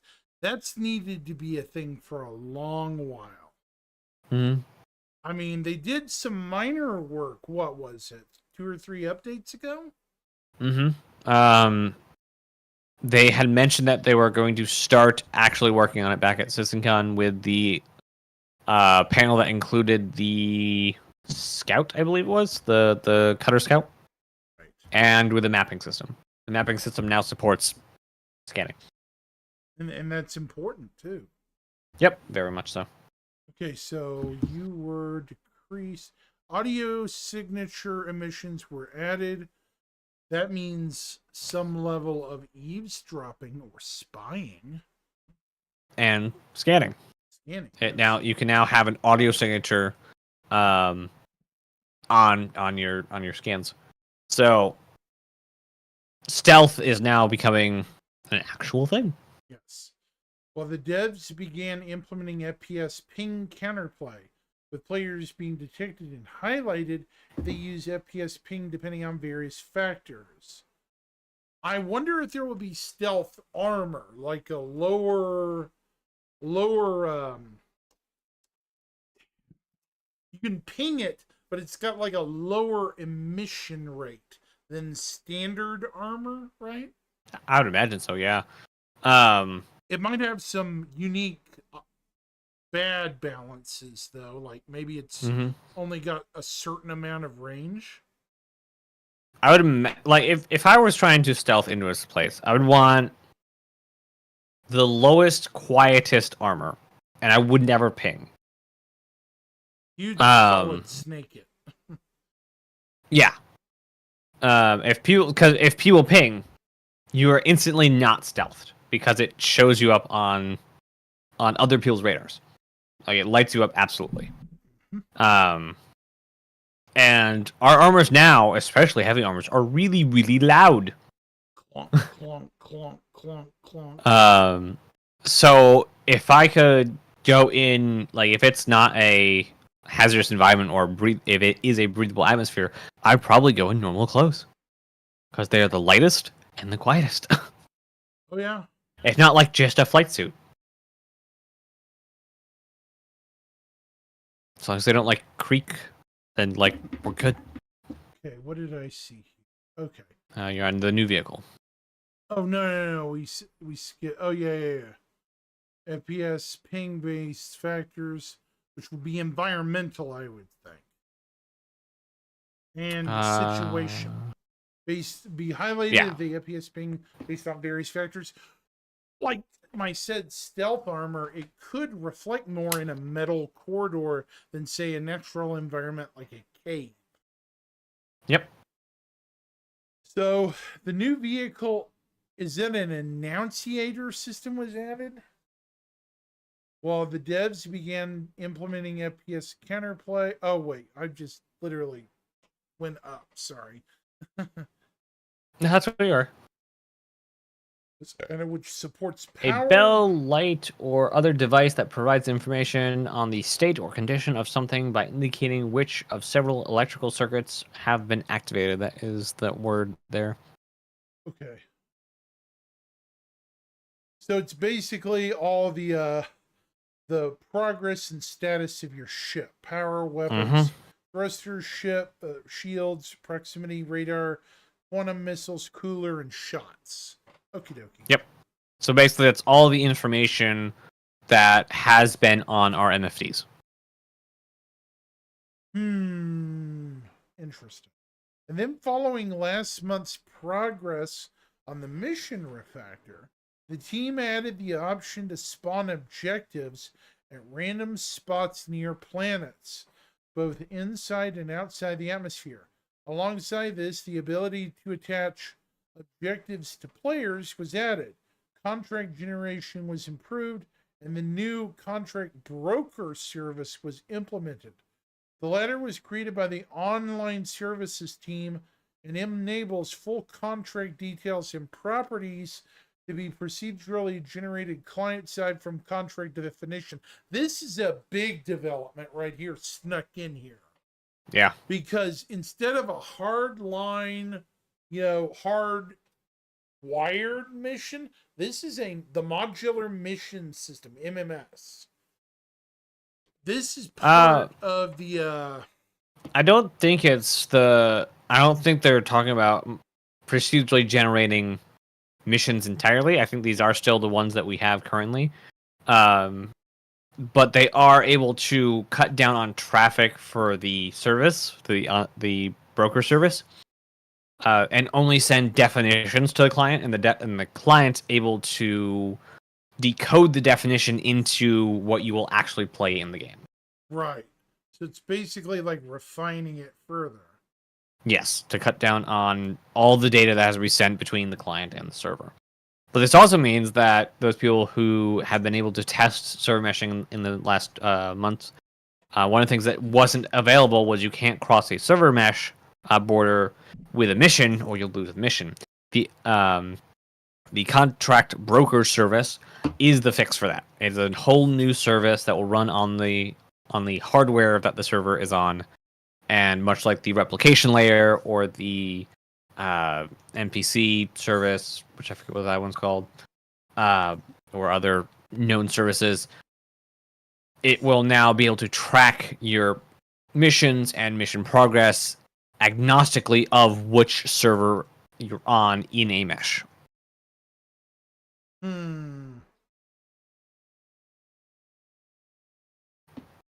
So, where was I?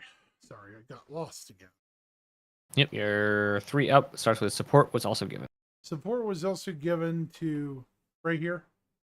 Yep, that's it. The actual missions, with various bugs being fixed and implemented, improvements made to the back end of hauling contracts. Those have been on hold for a while. Yep. Ever since, I think, the whole C went into production. Yeah. Further support was given to Blockade Runner, which is another thing that's about to enter testing for 3.25, 2.4. Yeah. 2.4, I'm not going to say 2.5. There will be no 2.5. Nope. While various improvements with the UI were fixed, the contract manager's abandoned button behavior was extended to hauling missions too. You want to continue from here? Sure. I swear that maybe it was a different one. I think it's in economy. I was thinking there was another paragraph. Anyway, various updates were made to the upcoming cargo release. For example, they added search functionality to the item bank and freight elevator kiosks. Finally. Adjustments to auto-loading times based on box size and debugging functionality to the instance interior hangars or instance interior system. Bug fixing was also done for the cargo system, air traffic control, item bank, freight elevator kiosk, and cargo missions. In all work to get 3.4 out the door. All right, economy. July saw the economy team progress with their tasks for Pyro, including the outer rings. I imagine that means like outer reaches. I don't think Pyro has rings. I think it means the outer rings of the system. Like I think it just means like the outer areas of the system. So during Pyro Playground, we had out the Pyro 3, right? Mm-hmm. So Yeah. I'm thinking this would be the region around Pyro's 4-5, the 4-5 region, and 6 out to Terminus. You think that's about right? Yeah, I don't think they're adding rings specifically. I just think it means like the stuff we have on the outer sides of the region. Yeah. I'm on the startup now. No, there's no rings. No rings. Though I wish we had them, but that's okay. Yep. They also worked on a refactor that will allow them to create and modify shops in more scalable manner. I'm hoping this, like, not only do we need this for building interiors, because like there's dozen or so different shops that they showed in the building interior ISC that we had like 2 years ago or something. Didn't exist. But also it takes a very long time for them to edit what a shop sells or what shops we have in the verse. And it's been very slow to get new shops. Like painfully slow. And with even the hangar furniture that we're getting in 324, they're not putting in new shops. They're just throwing that stock into shops we have, being Dumpers Depot and Kelto. For some of the stuff, Dumpers Depot makes sense, like the Drake or the ship chairs that we're being able to buy. But like for new furniture, it doesn't really make sense to buy them from Kelto or Dumpers Depot. So hopefully this will allow them to put in more kinds of shops and more shops. Definitely faster. And hopefully we'll be able to buy more of the stuff that's actually in game with the money we make in game. For cargo, balancing was done to the price and time of auto-loading to give players a choice between manually loading or paying for convenience and speed. A balance path was also done on vehicle components, including new life support system and jump drives. Finally, devs continued to develop their understanding of player profiles to ensure that each career is profitable according to the long-term vision of the economy. Well, that's a nice joke at the moment. What? I mean, I'm just saying. When you think about it right now, a lot of people will say, well, that's a nice joke. I work for 3 hours and I only make 100,000 credits. Well, there's a reason for that. Because eventually, money, you're going to have to stretch it a lot further in this game. And currently, a lot, like, there is no balance between professions currently. That is what that's what they're talking about. They are currently working on balancing the different careers.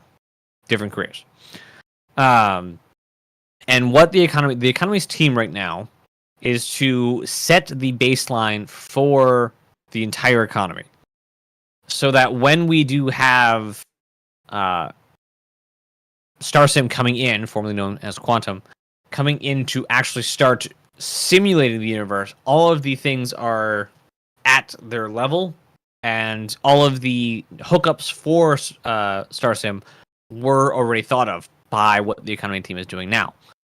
So I had thought, and a lot of other people I saw also thought that the StarSim or Quantum was dead, and the economy team is now just doing it by hand. They are simply preparing for the eventuality of StarSim coming in, and they are doing the manual balance now, so we have this zeroed out point to start the entire economy balance off of. Basically, the baseline is what you're saying. Yes. And you can do in-game branding.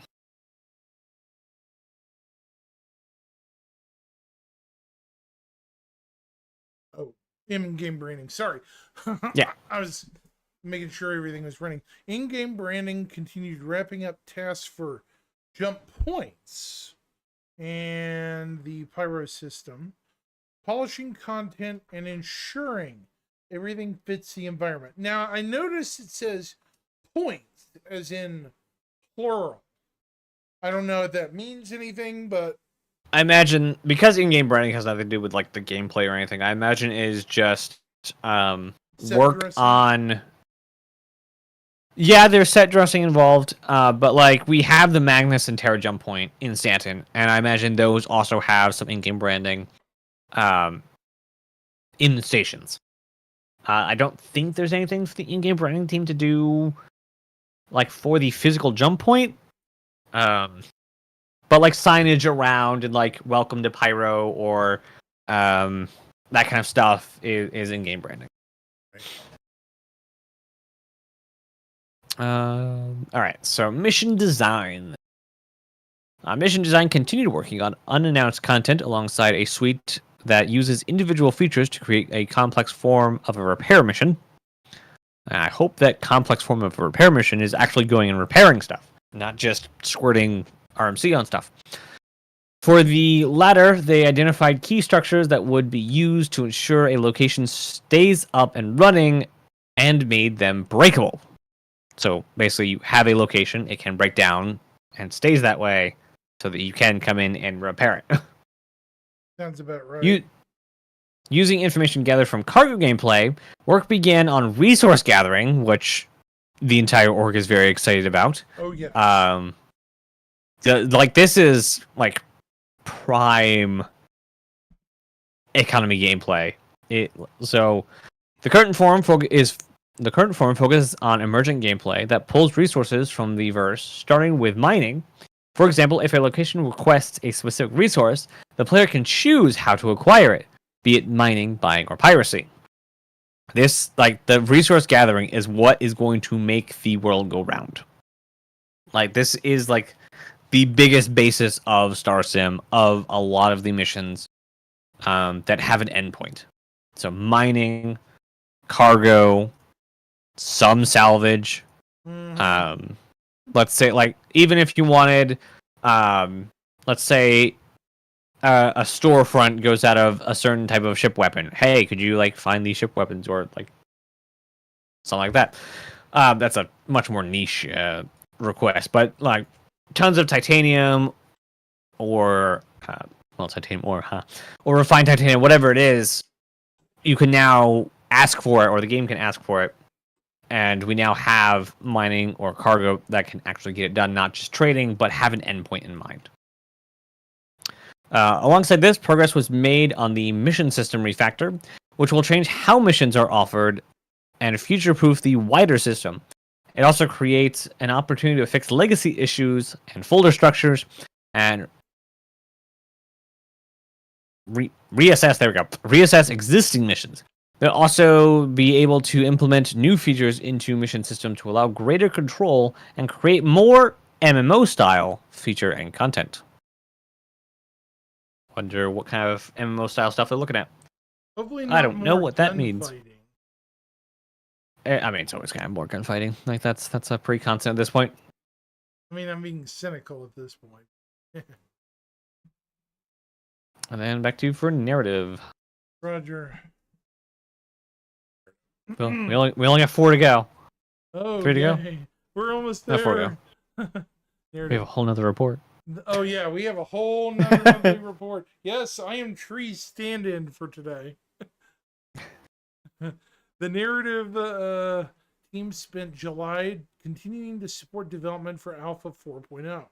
This included a mixture of mission text, brainstorming ideas for additional mission content, and delving into some of the various locations being placed by environment and design teams.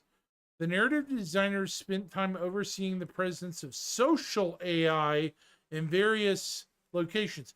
Could some of these be mission givers? Social AI is not mission givers, no. Social AI is the NPCs that are idling around in basically areas. Stuff in landing zones, stuff in stations. Some social AI is also in the derelict outposts that we have. Right. The rundown outposts. Oh, okay. So, I do believe they talk about mission givers somewhere in here. okay, so it says making sure the areas are not only marked up correctly, but general vibe and feeling of the area is accurately represented.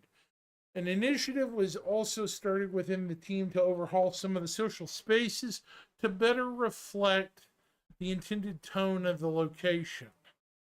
Makes sense. On the 1.0 front, now I think this might be the first time we've heard this mentioned, in a monthly report. Narrative possibly. worked closely with design to define mission providers or givers and aspects of reputation. Work also started on the initial scripting and development of additional location stories for players to discover. Yeah, that paragraph is just the biggest one in the narrative. Is that at least before up to 1.0, they are now working on mission givers, or now called mission providers, and stories for all these locations that we'll be able to learn about in game. We'll probably learn more at CitizenCon. I would expect at least Yeah. one panel, so everyone definitely needs to pay. Will you be streaming CitizenCon from your home, Naz? Yep, that's the plan. I'm thinking I am staying home that day to do it, both days. I have no problem running a co-stream with you. No problem. Yeah, I'll have to see what the plan is with the other people I got on the docket to help. We might use the room system we got. That way we got a full panel. That would actually be fun. Mm-hmm. Yeah, I'll have to check in with them. Like I'm planning it with some other people, so it's not just me planning it. So I'd have to ask them for it. No problem. I mean, I didn't even know you were planning with anybody. Sorry. Anyways, Yeah, that's fine. continuing. Where were we? Variety of lore content. Last little paragraph.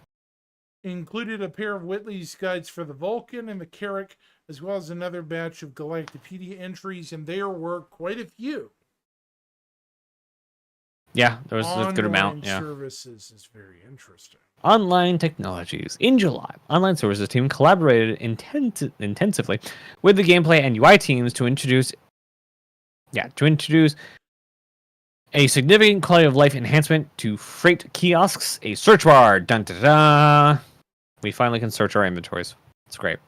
This new feature allows for quick item searches by name, improving the efficiency of locating items within large inventories, which both of us have, I know. Yeah. They also implemented organizations to the hangar. Optimizations. Okay, I read that completely wrong. They also implemented optimizations to the hangar and shared shard stow mechanics to prevent issues and facilitate recovery processes. Mm-hmm. The team working on potential mission and marker system feature for 4.0 visited the Manchester studio, where they collaborated with the gameplay teams to ensure the seamless integration of these upcoming features. So the online technology... System. What was that? The mission and marker system, or just mentioned. The team working on potential mission and marker system. And this is online tools and technologies. This is Turbulent. I'm There's kind the of... player trade service mentioned next. Keep going. Yeah. Let's see. In preparation for Online Services began developing a new player trade service. That's in a service, also not run on the server. This will enable players to transfer funds amongst themselves without being subject to the same game server's authority, paving the way for server meshing. So basically, you don't currently, if we had server meshing and we tried to trade between players, the credit system, they would have to be on the same server or server in the mesh. This player, what's it called? Trade service means you can trade with the whole shard or with the entire mesh. And I imagine even around the different shards. But it's an entire new service. And I imagine a lot of these services will be being run on not the same hardware that the servers are running on. They'll be a cluster of them elsewhere because they probably won't need to be as numerous as the servers themselves. But that's getting into a bit of deeper server architecture than even I know. Right. And that many people, I assume, wouldn't want to hear about. Anyway. Lastly, even though we got 3 paragraphs to go, the team focused on bug fixes, stabilization of the Alpha 3.2.4 release, and finalizing the social services refactor. This extensive project, which Online Services have been working on for the past few months, is now ready to go live, making a significant milestone for the team. Very cool. Mm-hmm. The Live Tools team worked on a new core feature for the Hex tool. The main goal of this is to provide better management of roles and permissions, streamline workflows between different tools, and enable the ability to perform bulk actions. Select all, delete. Done. The team is also improving other internal tools, such as the error reporting pipeline, with the implementation of new technical architecture. They're currently providing the necessary support and maintenance to its users. So all of that is a lot of stuff for developers, not necessarily for us. So second to last one, back to UI. Right. UI is the next one. Yep. Last month, UI designers and artists worked on the in-game visuals and functionality for the Resource Network UI and completed the final polishing test for jump points. Very good. For vehicles, the team replaced the old Flash MFDs and set up new HUDs, resulting in a cleaner and less cluttered flight experience. The UI It is still going to be clearer, though. Yeah, well, let's hope so. The UI team's tech programmers worked on performance improvements to speed up the frame rate on various parts of the UI. Some of them have kind of that drip feeling with UI. Yeah. And this also is the we are finally going to get the new MFDs. Oh, This- the that- programmable ones. Oh, yeah. I don't know programmable, but they are ripping all the old MFDs. They said replace the MFDs, replace the Flash ones. They are now gone. So I don't know if it's for 4.0. I don't know if it's for 4.1. But wherever this change gets into the main branch, we are done with Flash MFDs, and I think that is one of the very last holdouts of Flash in the UI. I think you might be right. Seems like it is. Because after that, we had the VFX, which Yep. finally for July's report, the VFX continued support for several effect-heavy features, including jump points and dynamic fire. They also continued to work on acidic caves and completed their task for the RSI Zeus and another unnamed vehicle. So, okay, we have two that are almost done. Tasks were also completed off for two new weapons. So, two of the weapons probably we saw in that weapon inside Star Citizen, possibly, right, Naz? Are Possibly, yeah. almost done. Almost done. I really want the one with the ring on it, the white and orange one. The one that looks like a Titan suit gun or something? I wouldn't know. I have not. My most knowledge of Titanfall right now comes from Mr. Paul Shelley's video that he put out a couple of days ago, which is just the entire lore of Titanfall. Right.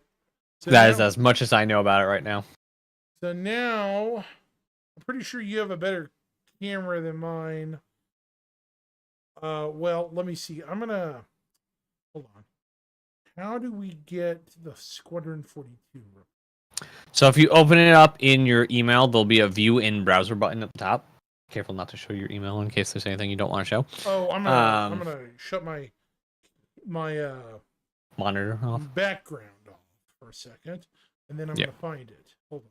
Yep. If you just open it up, Yes. there'll be a bright yellow open in, or view in browser button at the top. There we go. Oh.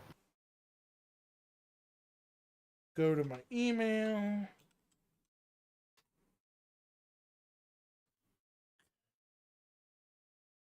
Interesting. They don't have CIG MA. Where's Montreal's acronym?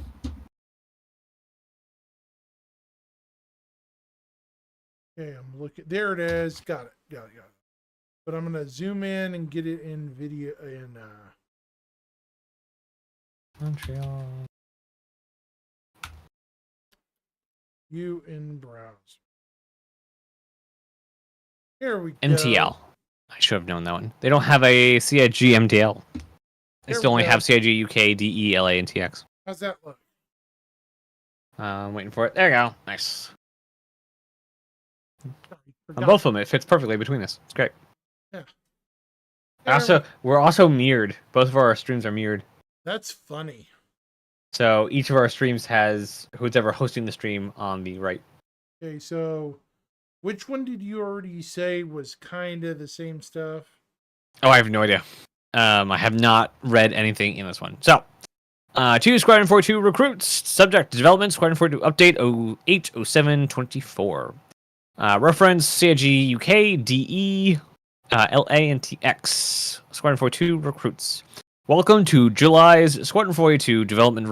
Enclosed, you will find details on the latest progress made across the campaign, including AI group combat, which we already talked about, EVA updates, and additional narrative detail. Thank you for continuing to support Squadron 42. Sincerely, CIG Communications. All right, so is there anything... so the whole entity group thing we talked about already, so we don't have to read all that. Is there anything in... Last one, their future work and coming fixes, we saw that. Technical crew, we saw that. Buildings, we saw that. New functionality, we saw that. Broad scale, we saw that. I'm just looking at keywords in these paragraphs. AI tech, it mentions the NPCs using I'm not there. elevators. I'm not and there yet. I'm not phones. there yet. Hold on. Elsewhere team viewed improvements on wildlines. We saw that. And script upgrade. Now I'm there. Looking at Sorry. keywords in these things. All right. So AI tech. Would you like to read AI tech for us? I think that's the only thing that's. Go ahead. Are you sure? Yeah. At the very worst, we read it twice. It's fine. Go ahead. Okay. You first, though. You go ahead. It's okay.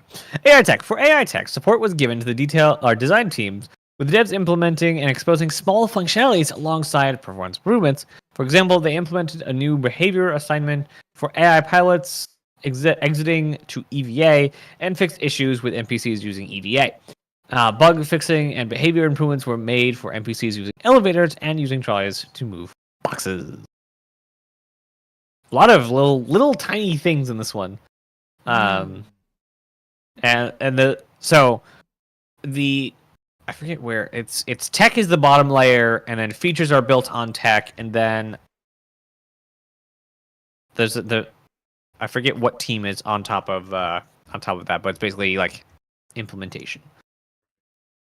All right, you want to read the first two in AI social strike team? Yeah, they got some interesting stuff. This is not an actual team. So, strike team should give you a clue, dear viewers. But this is a subset of the AI teams, and it is specifically built for whatever we're about to talk about. Right. And once they are done with this, they will be disbanded into other projects. Right.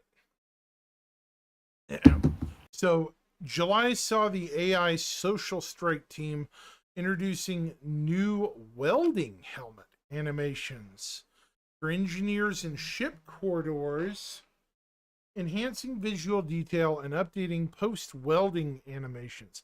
That almost sounds like cutter tool stuff. They also added... Well, the opposite of cutter tool. Well, yeah, welding tool, which is totally new, like repair. They also added an inspection phase where engineers now examine their work, providing more realistic and dynamic visuals compared to the previous static animation. I liked that, because if you're on a warship and you've just left battle and you want to have some repairs done, and you're, whistling through a corridor, and you see an engineer like, whoa, we got repairs down here. How's it looking, Bob? Needs a couple more welds, right? Yeah. Say stuff like that, And there's a foreman out front doing this, like a guard. When you get too close, right? Yep.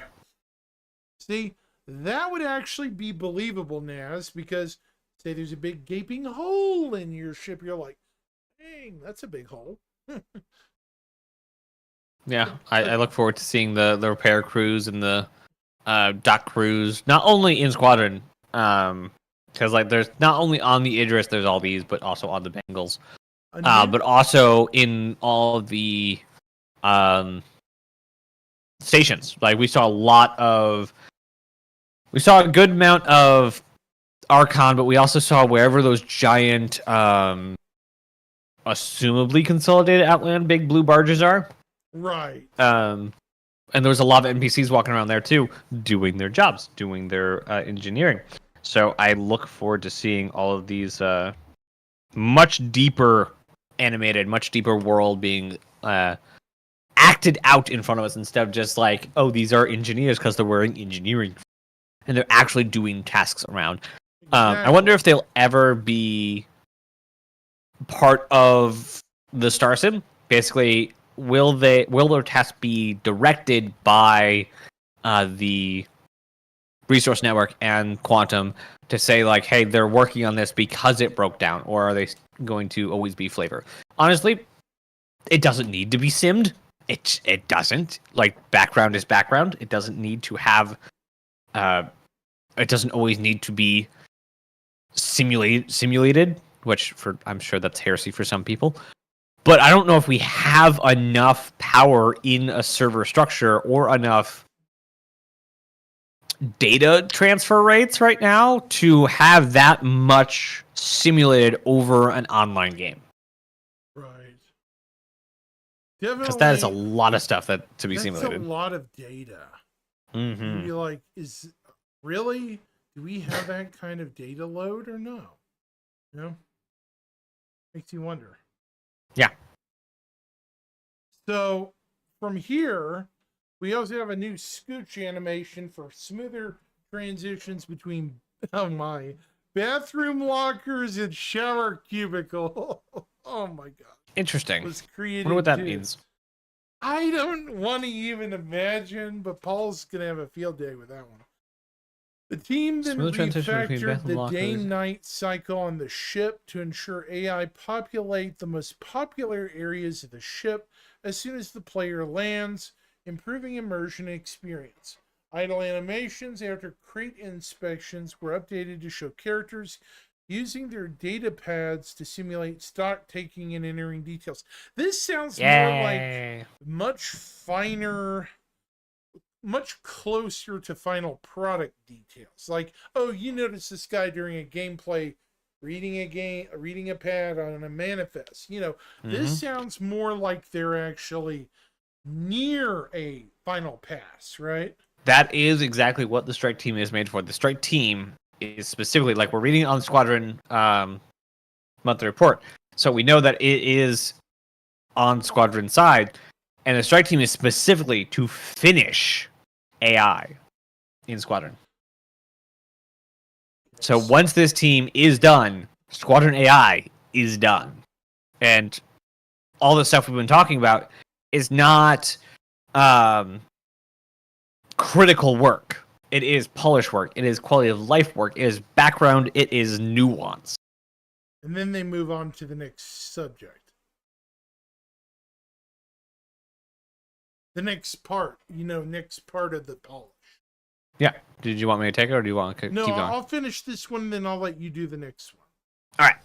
Great. Animations for entering and exiting the firing range console were improved to address various issues, such as popping and other visual inconsistencies, while holograms on the firing range T-posing when shot was reset-ified. Oh my That's great. And for more realistic character behavior, look at animations were disabled when used during inappropriate moments, such as when players touch their faces or use utensils. Interesting. Okay.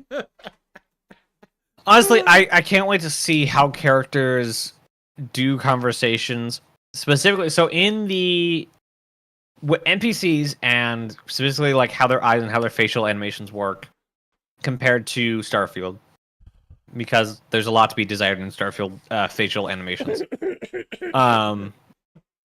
And in the hold the line video, the player character had terrible like eye contact and facial animations while even giving lines. So specifically in the scene where your character is supposed to be comforting the lead engineer of the Idris, his face is almost completely emotionless and like staring like through his eyebrows or something. And it's like, oh, don't worry, you don't have to go through it alone. Like, and it's like a dead stare.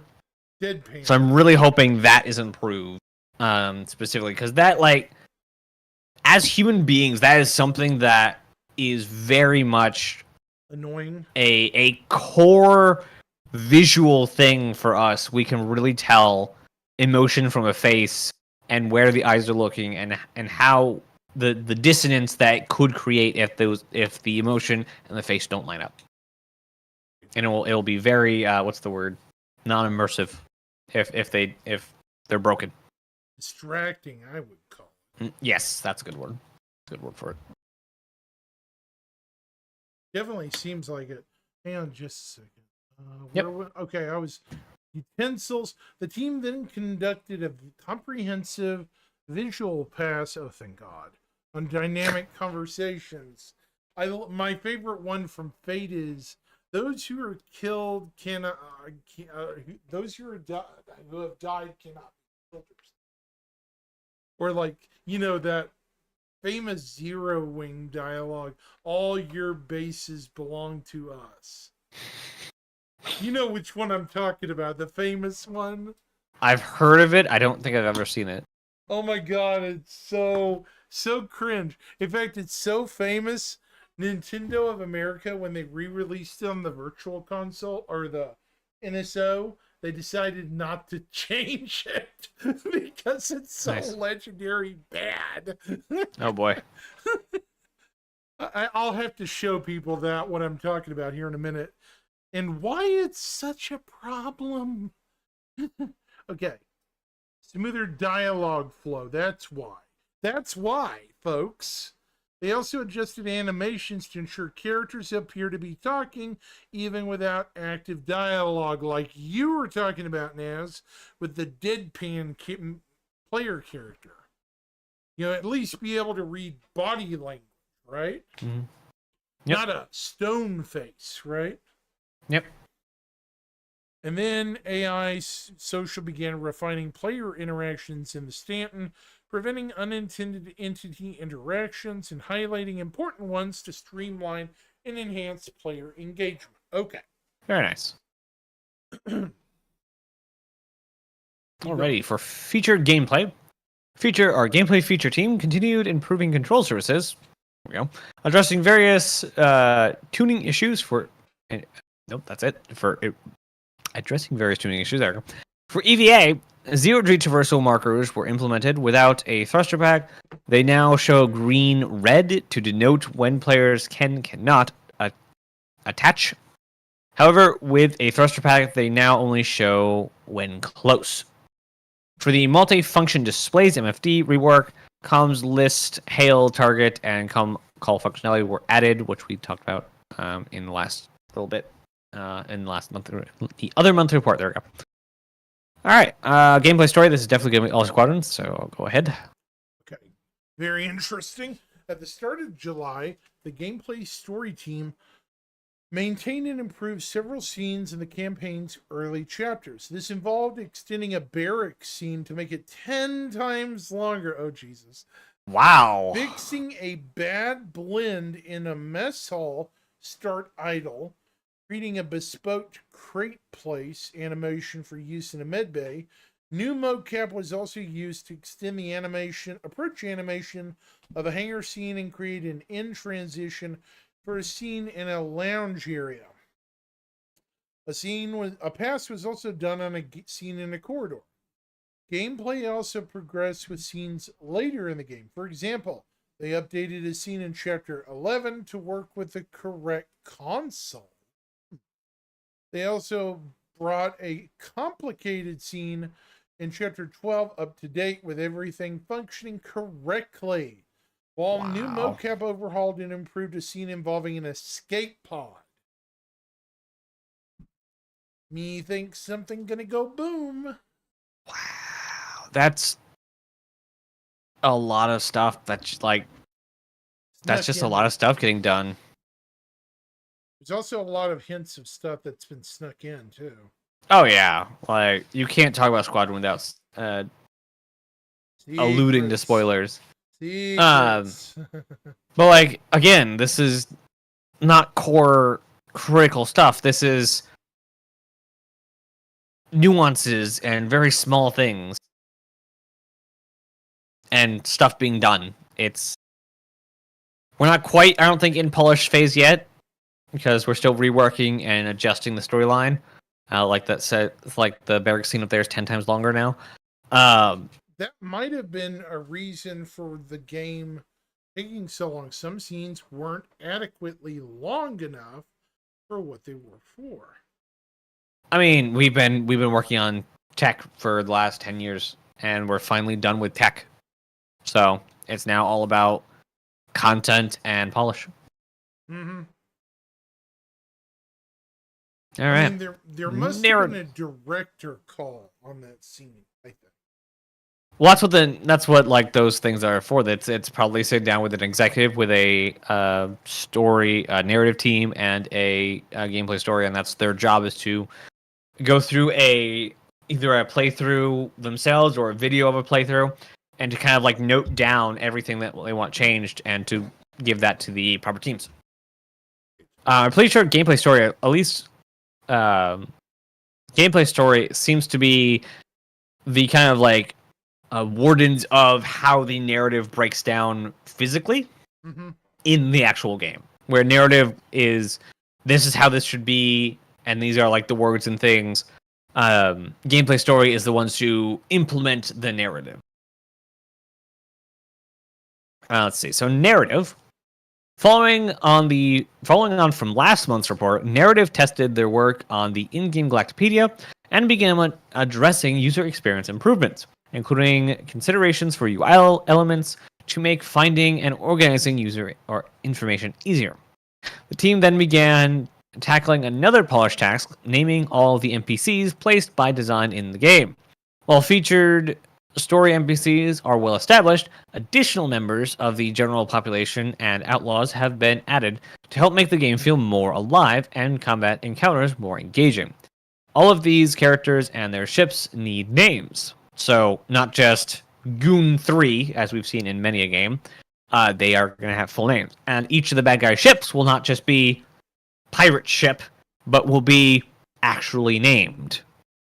So that is very, very cool. That's going to make just existing in Squadron 42 very cool. I hope something like that comes to Star Citizen, even if it is Squadron 42 Star Citizen, even if it is procedurally generated names like we do have for the NPCs.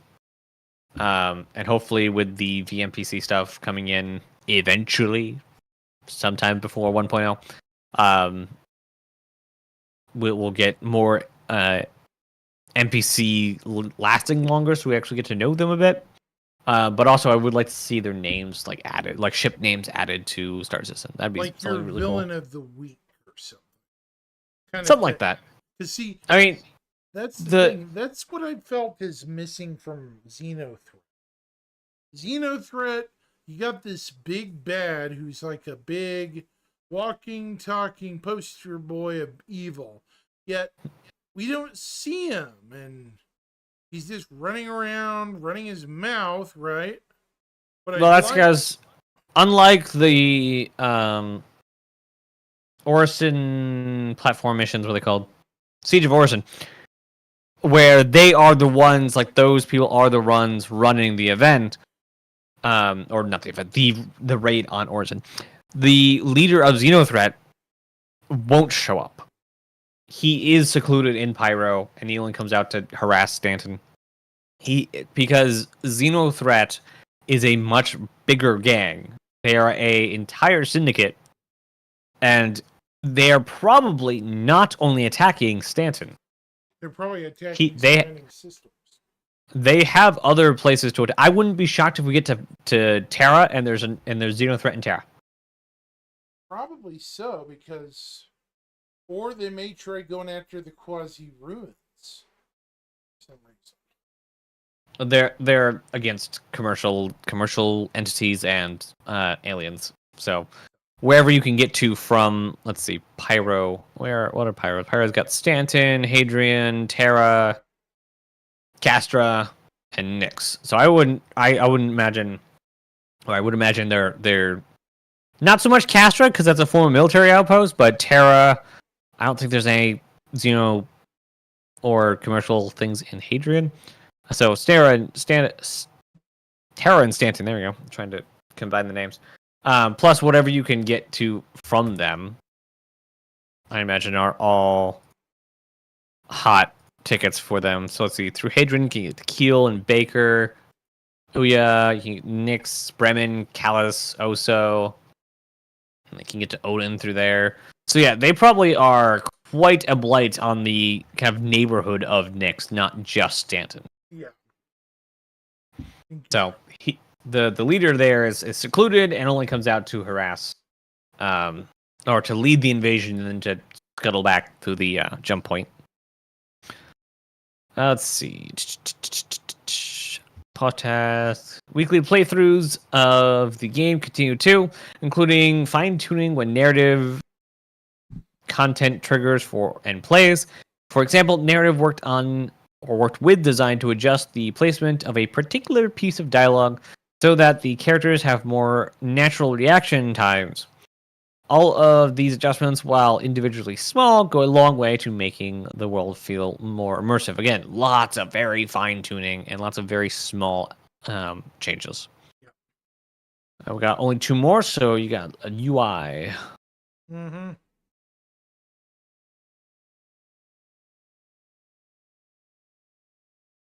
Oh, UI, sorry. I'm literally zonking out tonight. Sorry. But yeah, I was just checking my update. So last month, UI team continued polishing in-world screens, optimizing a few existing levels to improve frame rate and creating medical screens for various scenarios. They then made updates to the player visor, including taking the first steps toward a more cinematic boot up sequence. Oh, I can't wait to see that.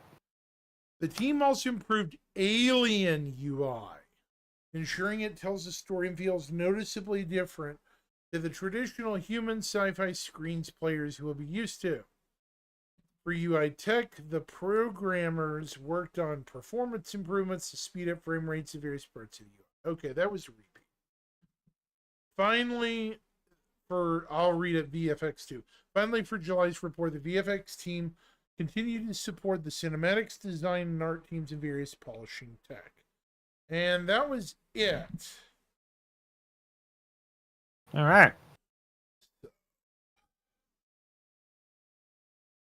Can you invite people in the PTU at all? As long as you're in the same server. No, as long as we refriend each other on the PTU. Oh, so I have to friend you. Okay. So, What are we doing again? Remind me. My brain hurts. Playing for 3.24. Trying to find bugs. Working on it. Right. What's going on, Brian?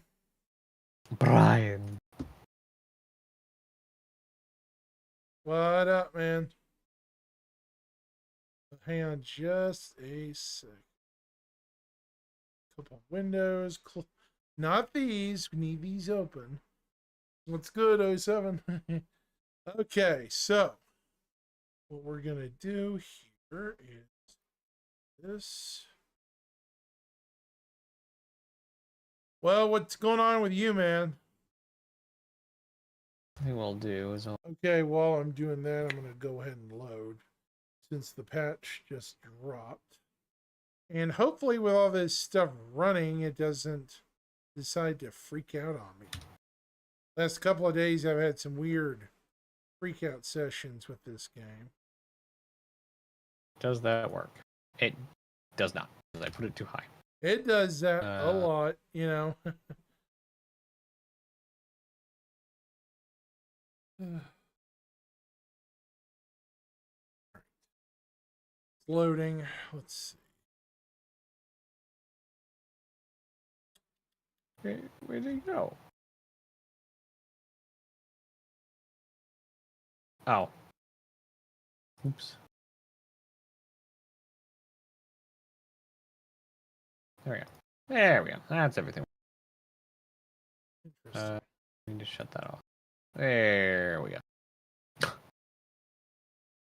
Alright, so because it's a new update, to make the character again.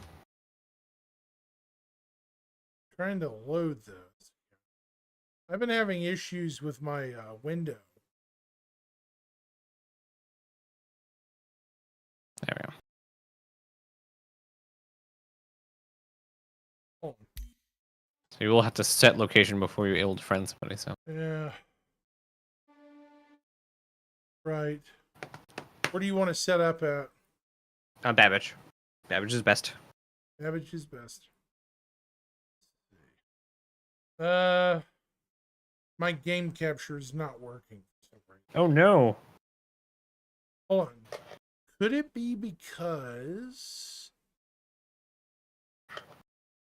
Could always just keep it on the desktop view. like window capture or something? Or just screen capture. Do I have a screen capture here? Yeah, that's how you were showing the monthly report, I would imagine. Unless you were doing that through a window capture.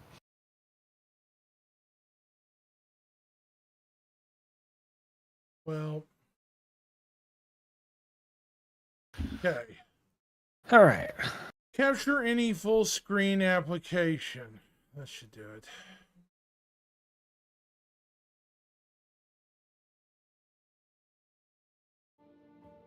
Okay, I'm not seeing it. Is it open? What? A screen capture? The screen you're trying to capture. Yeah. Hmm. Hold on, I'm gonna try again.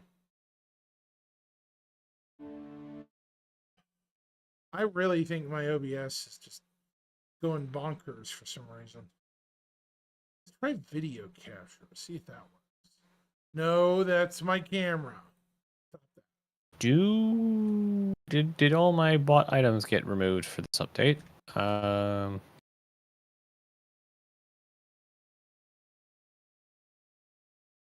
Properties.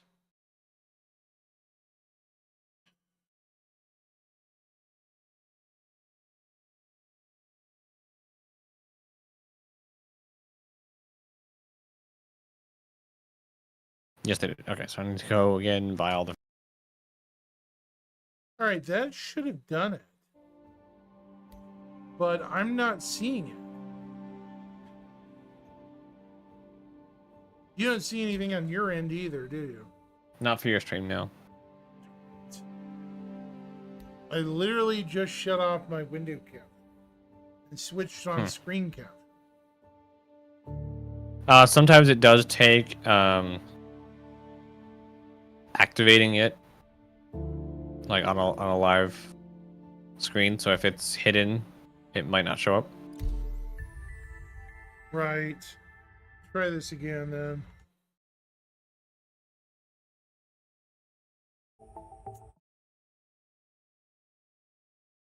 I buy in-game furniture because I can't buy furniture in real life.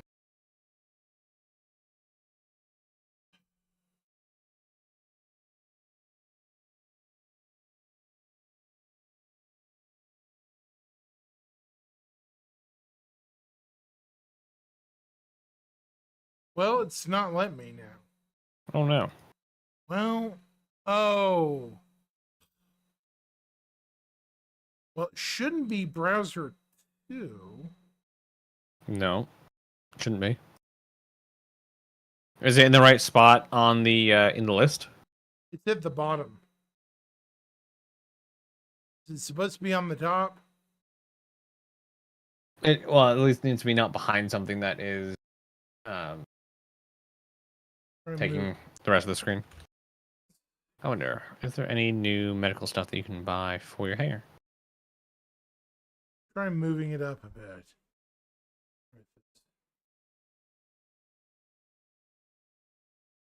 This is really being frustrating. No, there's not.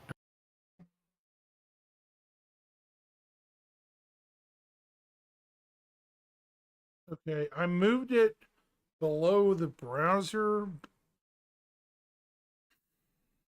We're trying to do some stuff with Star Citizen tonight, but unfortunately, it does not look like my silly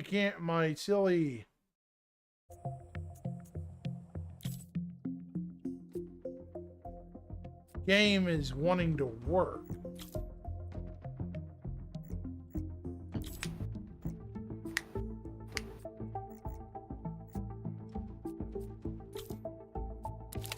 All right, I'll set up at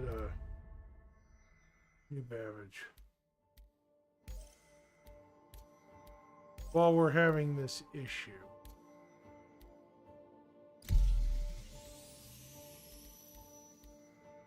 Yeah, it's being a real royal butt, Luna.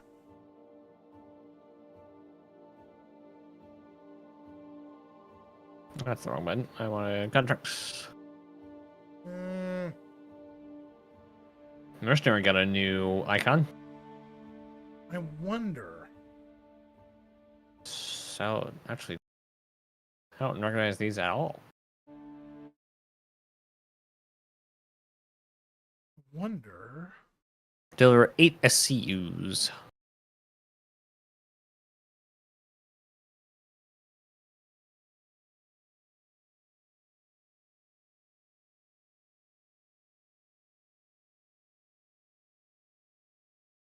So maybe limit capture frame rate? On properties for game capture, I have the following: capture audio, beta, SLIS, crossfire capture mode, allow transparency, pre-multiplied alpha, limit capture frame rate, capture cursor, use anti-cheat, compatibility hook.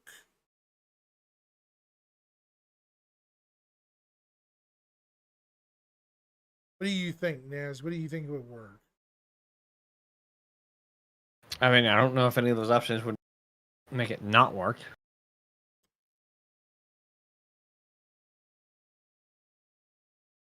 This thing's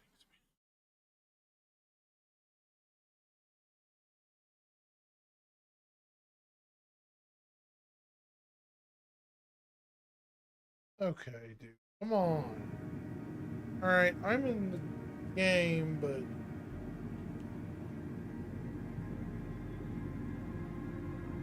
It's running very choppily for me right now. yeah, I might have to boot and then reload. I've been having to do that a lot. I wonder if it's because of my kilobyte. It's set at 2,500. That's not that bad. Alright, I'm at New Babbage.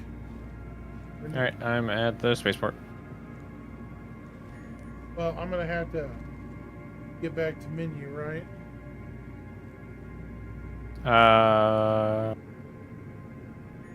Maybe?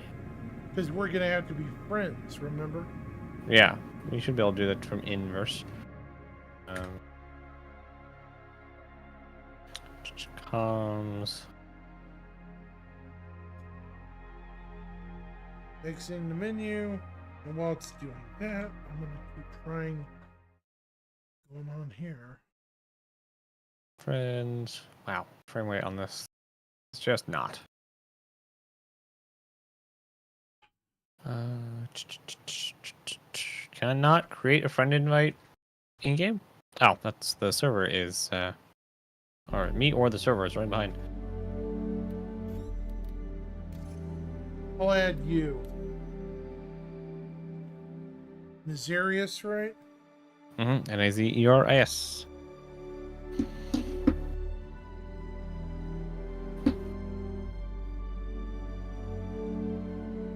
In easy. Is it Nazarius? Nazareth? No, it is Nazeris.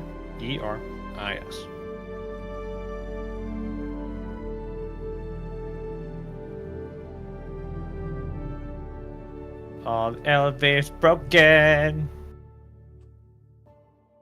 There you are. All right. Well, this is kind of frustrating.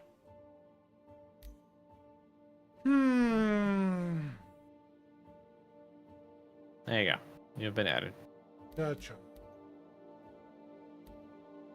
I really don't want to have to restart my stupid stream. No.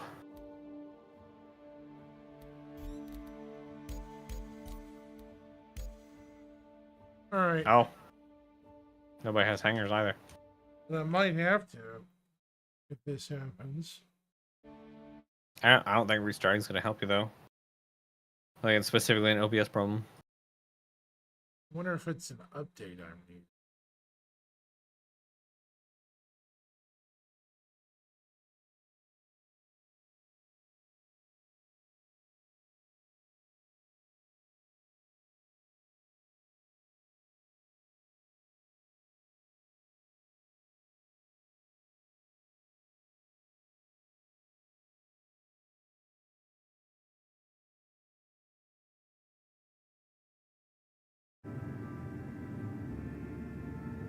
Alright.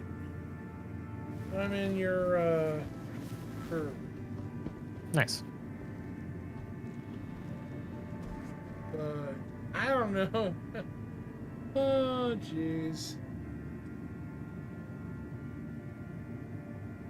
I don't know what's going on with this stupid you know, recording software. Some people have been trying to talk me into getting another one.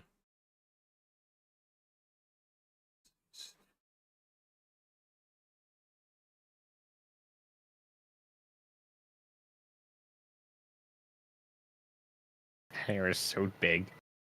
Oh boy. Oh, I need a. Well, I can get one up there. Game capture.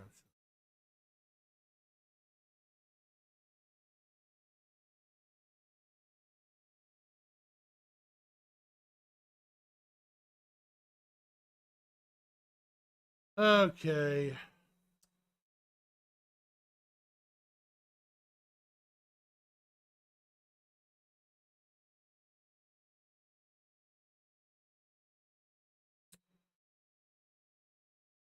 Let's see if the hangar door will open this time.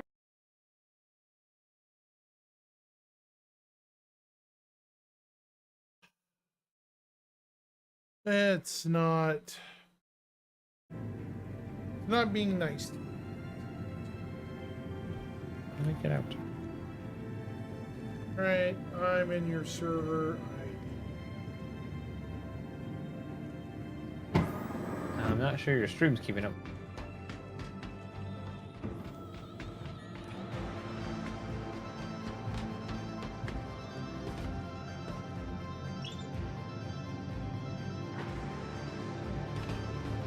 Is there any way to do a screen capture on my computer?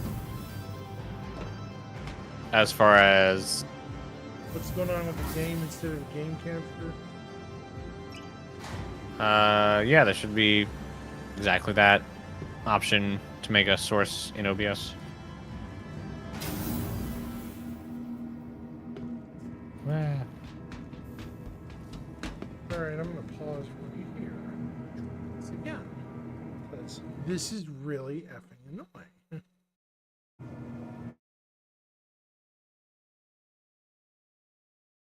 Alright.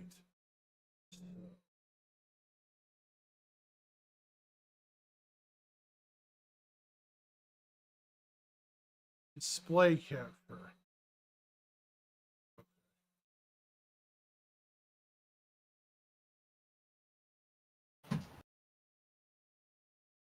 Ah, sorry, I unlocked my vision. There we go. There. There we go. Yay. It Hey, nice. works. Although it's too big. Now we can't see our faces. Kinda. So it shows up for display capture, but not anything else. It's slightly goofy. Yeah, it's OBS. That's what it is. It might be, yeah. Hang on, I'm gonna adjust the screen real quick.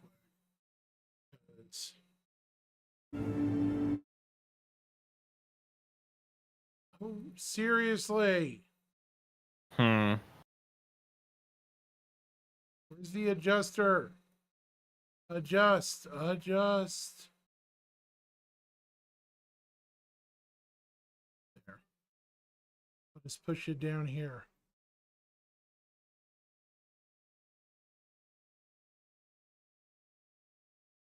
Okay. Quickly switching to this.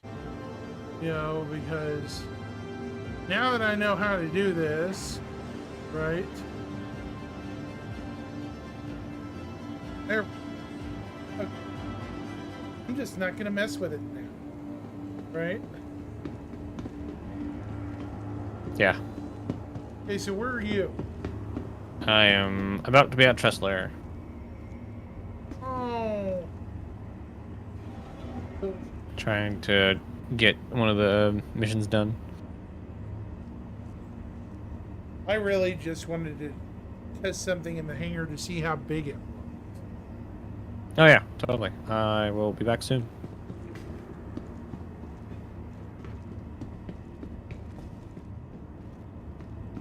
Are you fixing to call it a night too? Hmm? Yourself? I have at least a couple hours left. Yeah, I might have to call it a night too myself. Here pretty soon.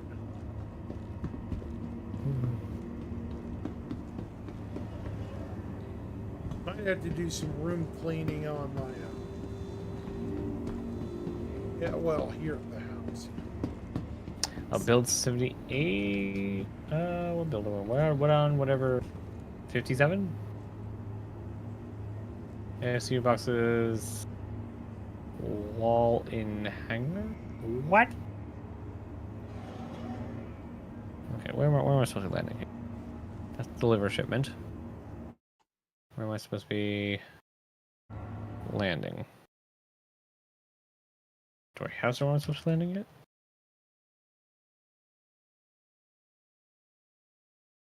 All right, I'm gonna see what's going on with that.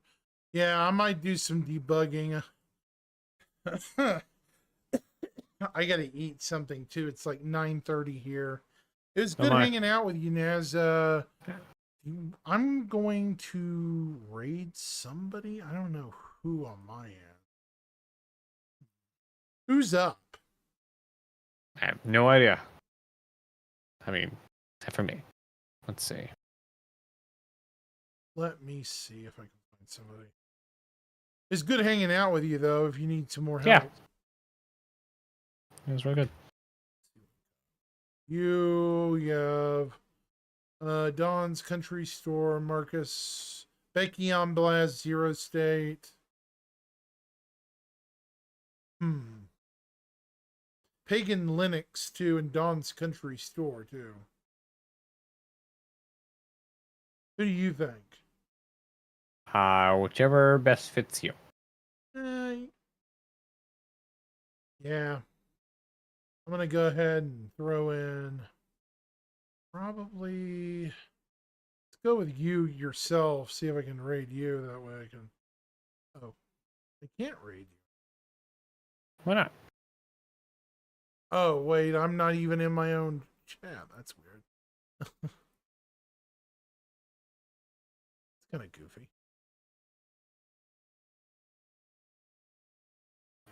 Sorry, chat. I'm having a conniption tonight.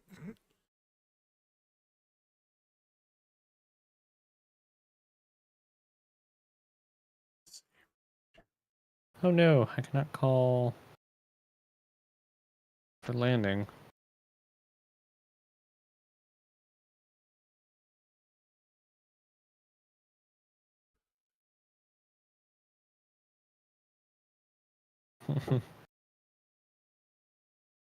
Start the raid. Send you over to you find folks over on Twitch over to Naz's channel. I gotta get off. I'll see you guys tomorrow. 07 everyone. Have a good one. Hey, now I'm on 2 channel. I need to change that to something more interesting. I'm gonna wish you a good night, Naz, and talk to you later, man. Yep. Have a good one.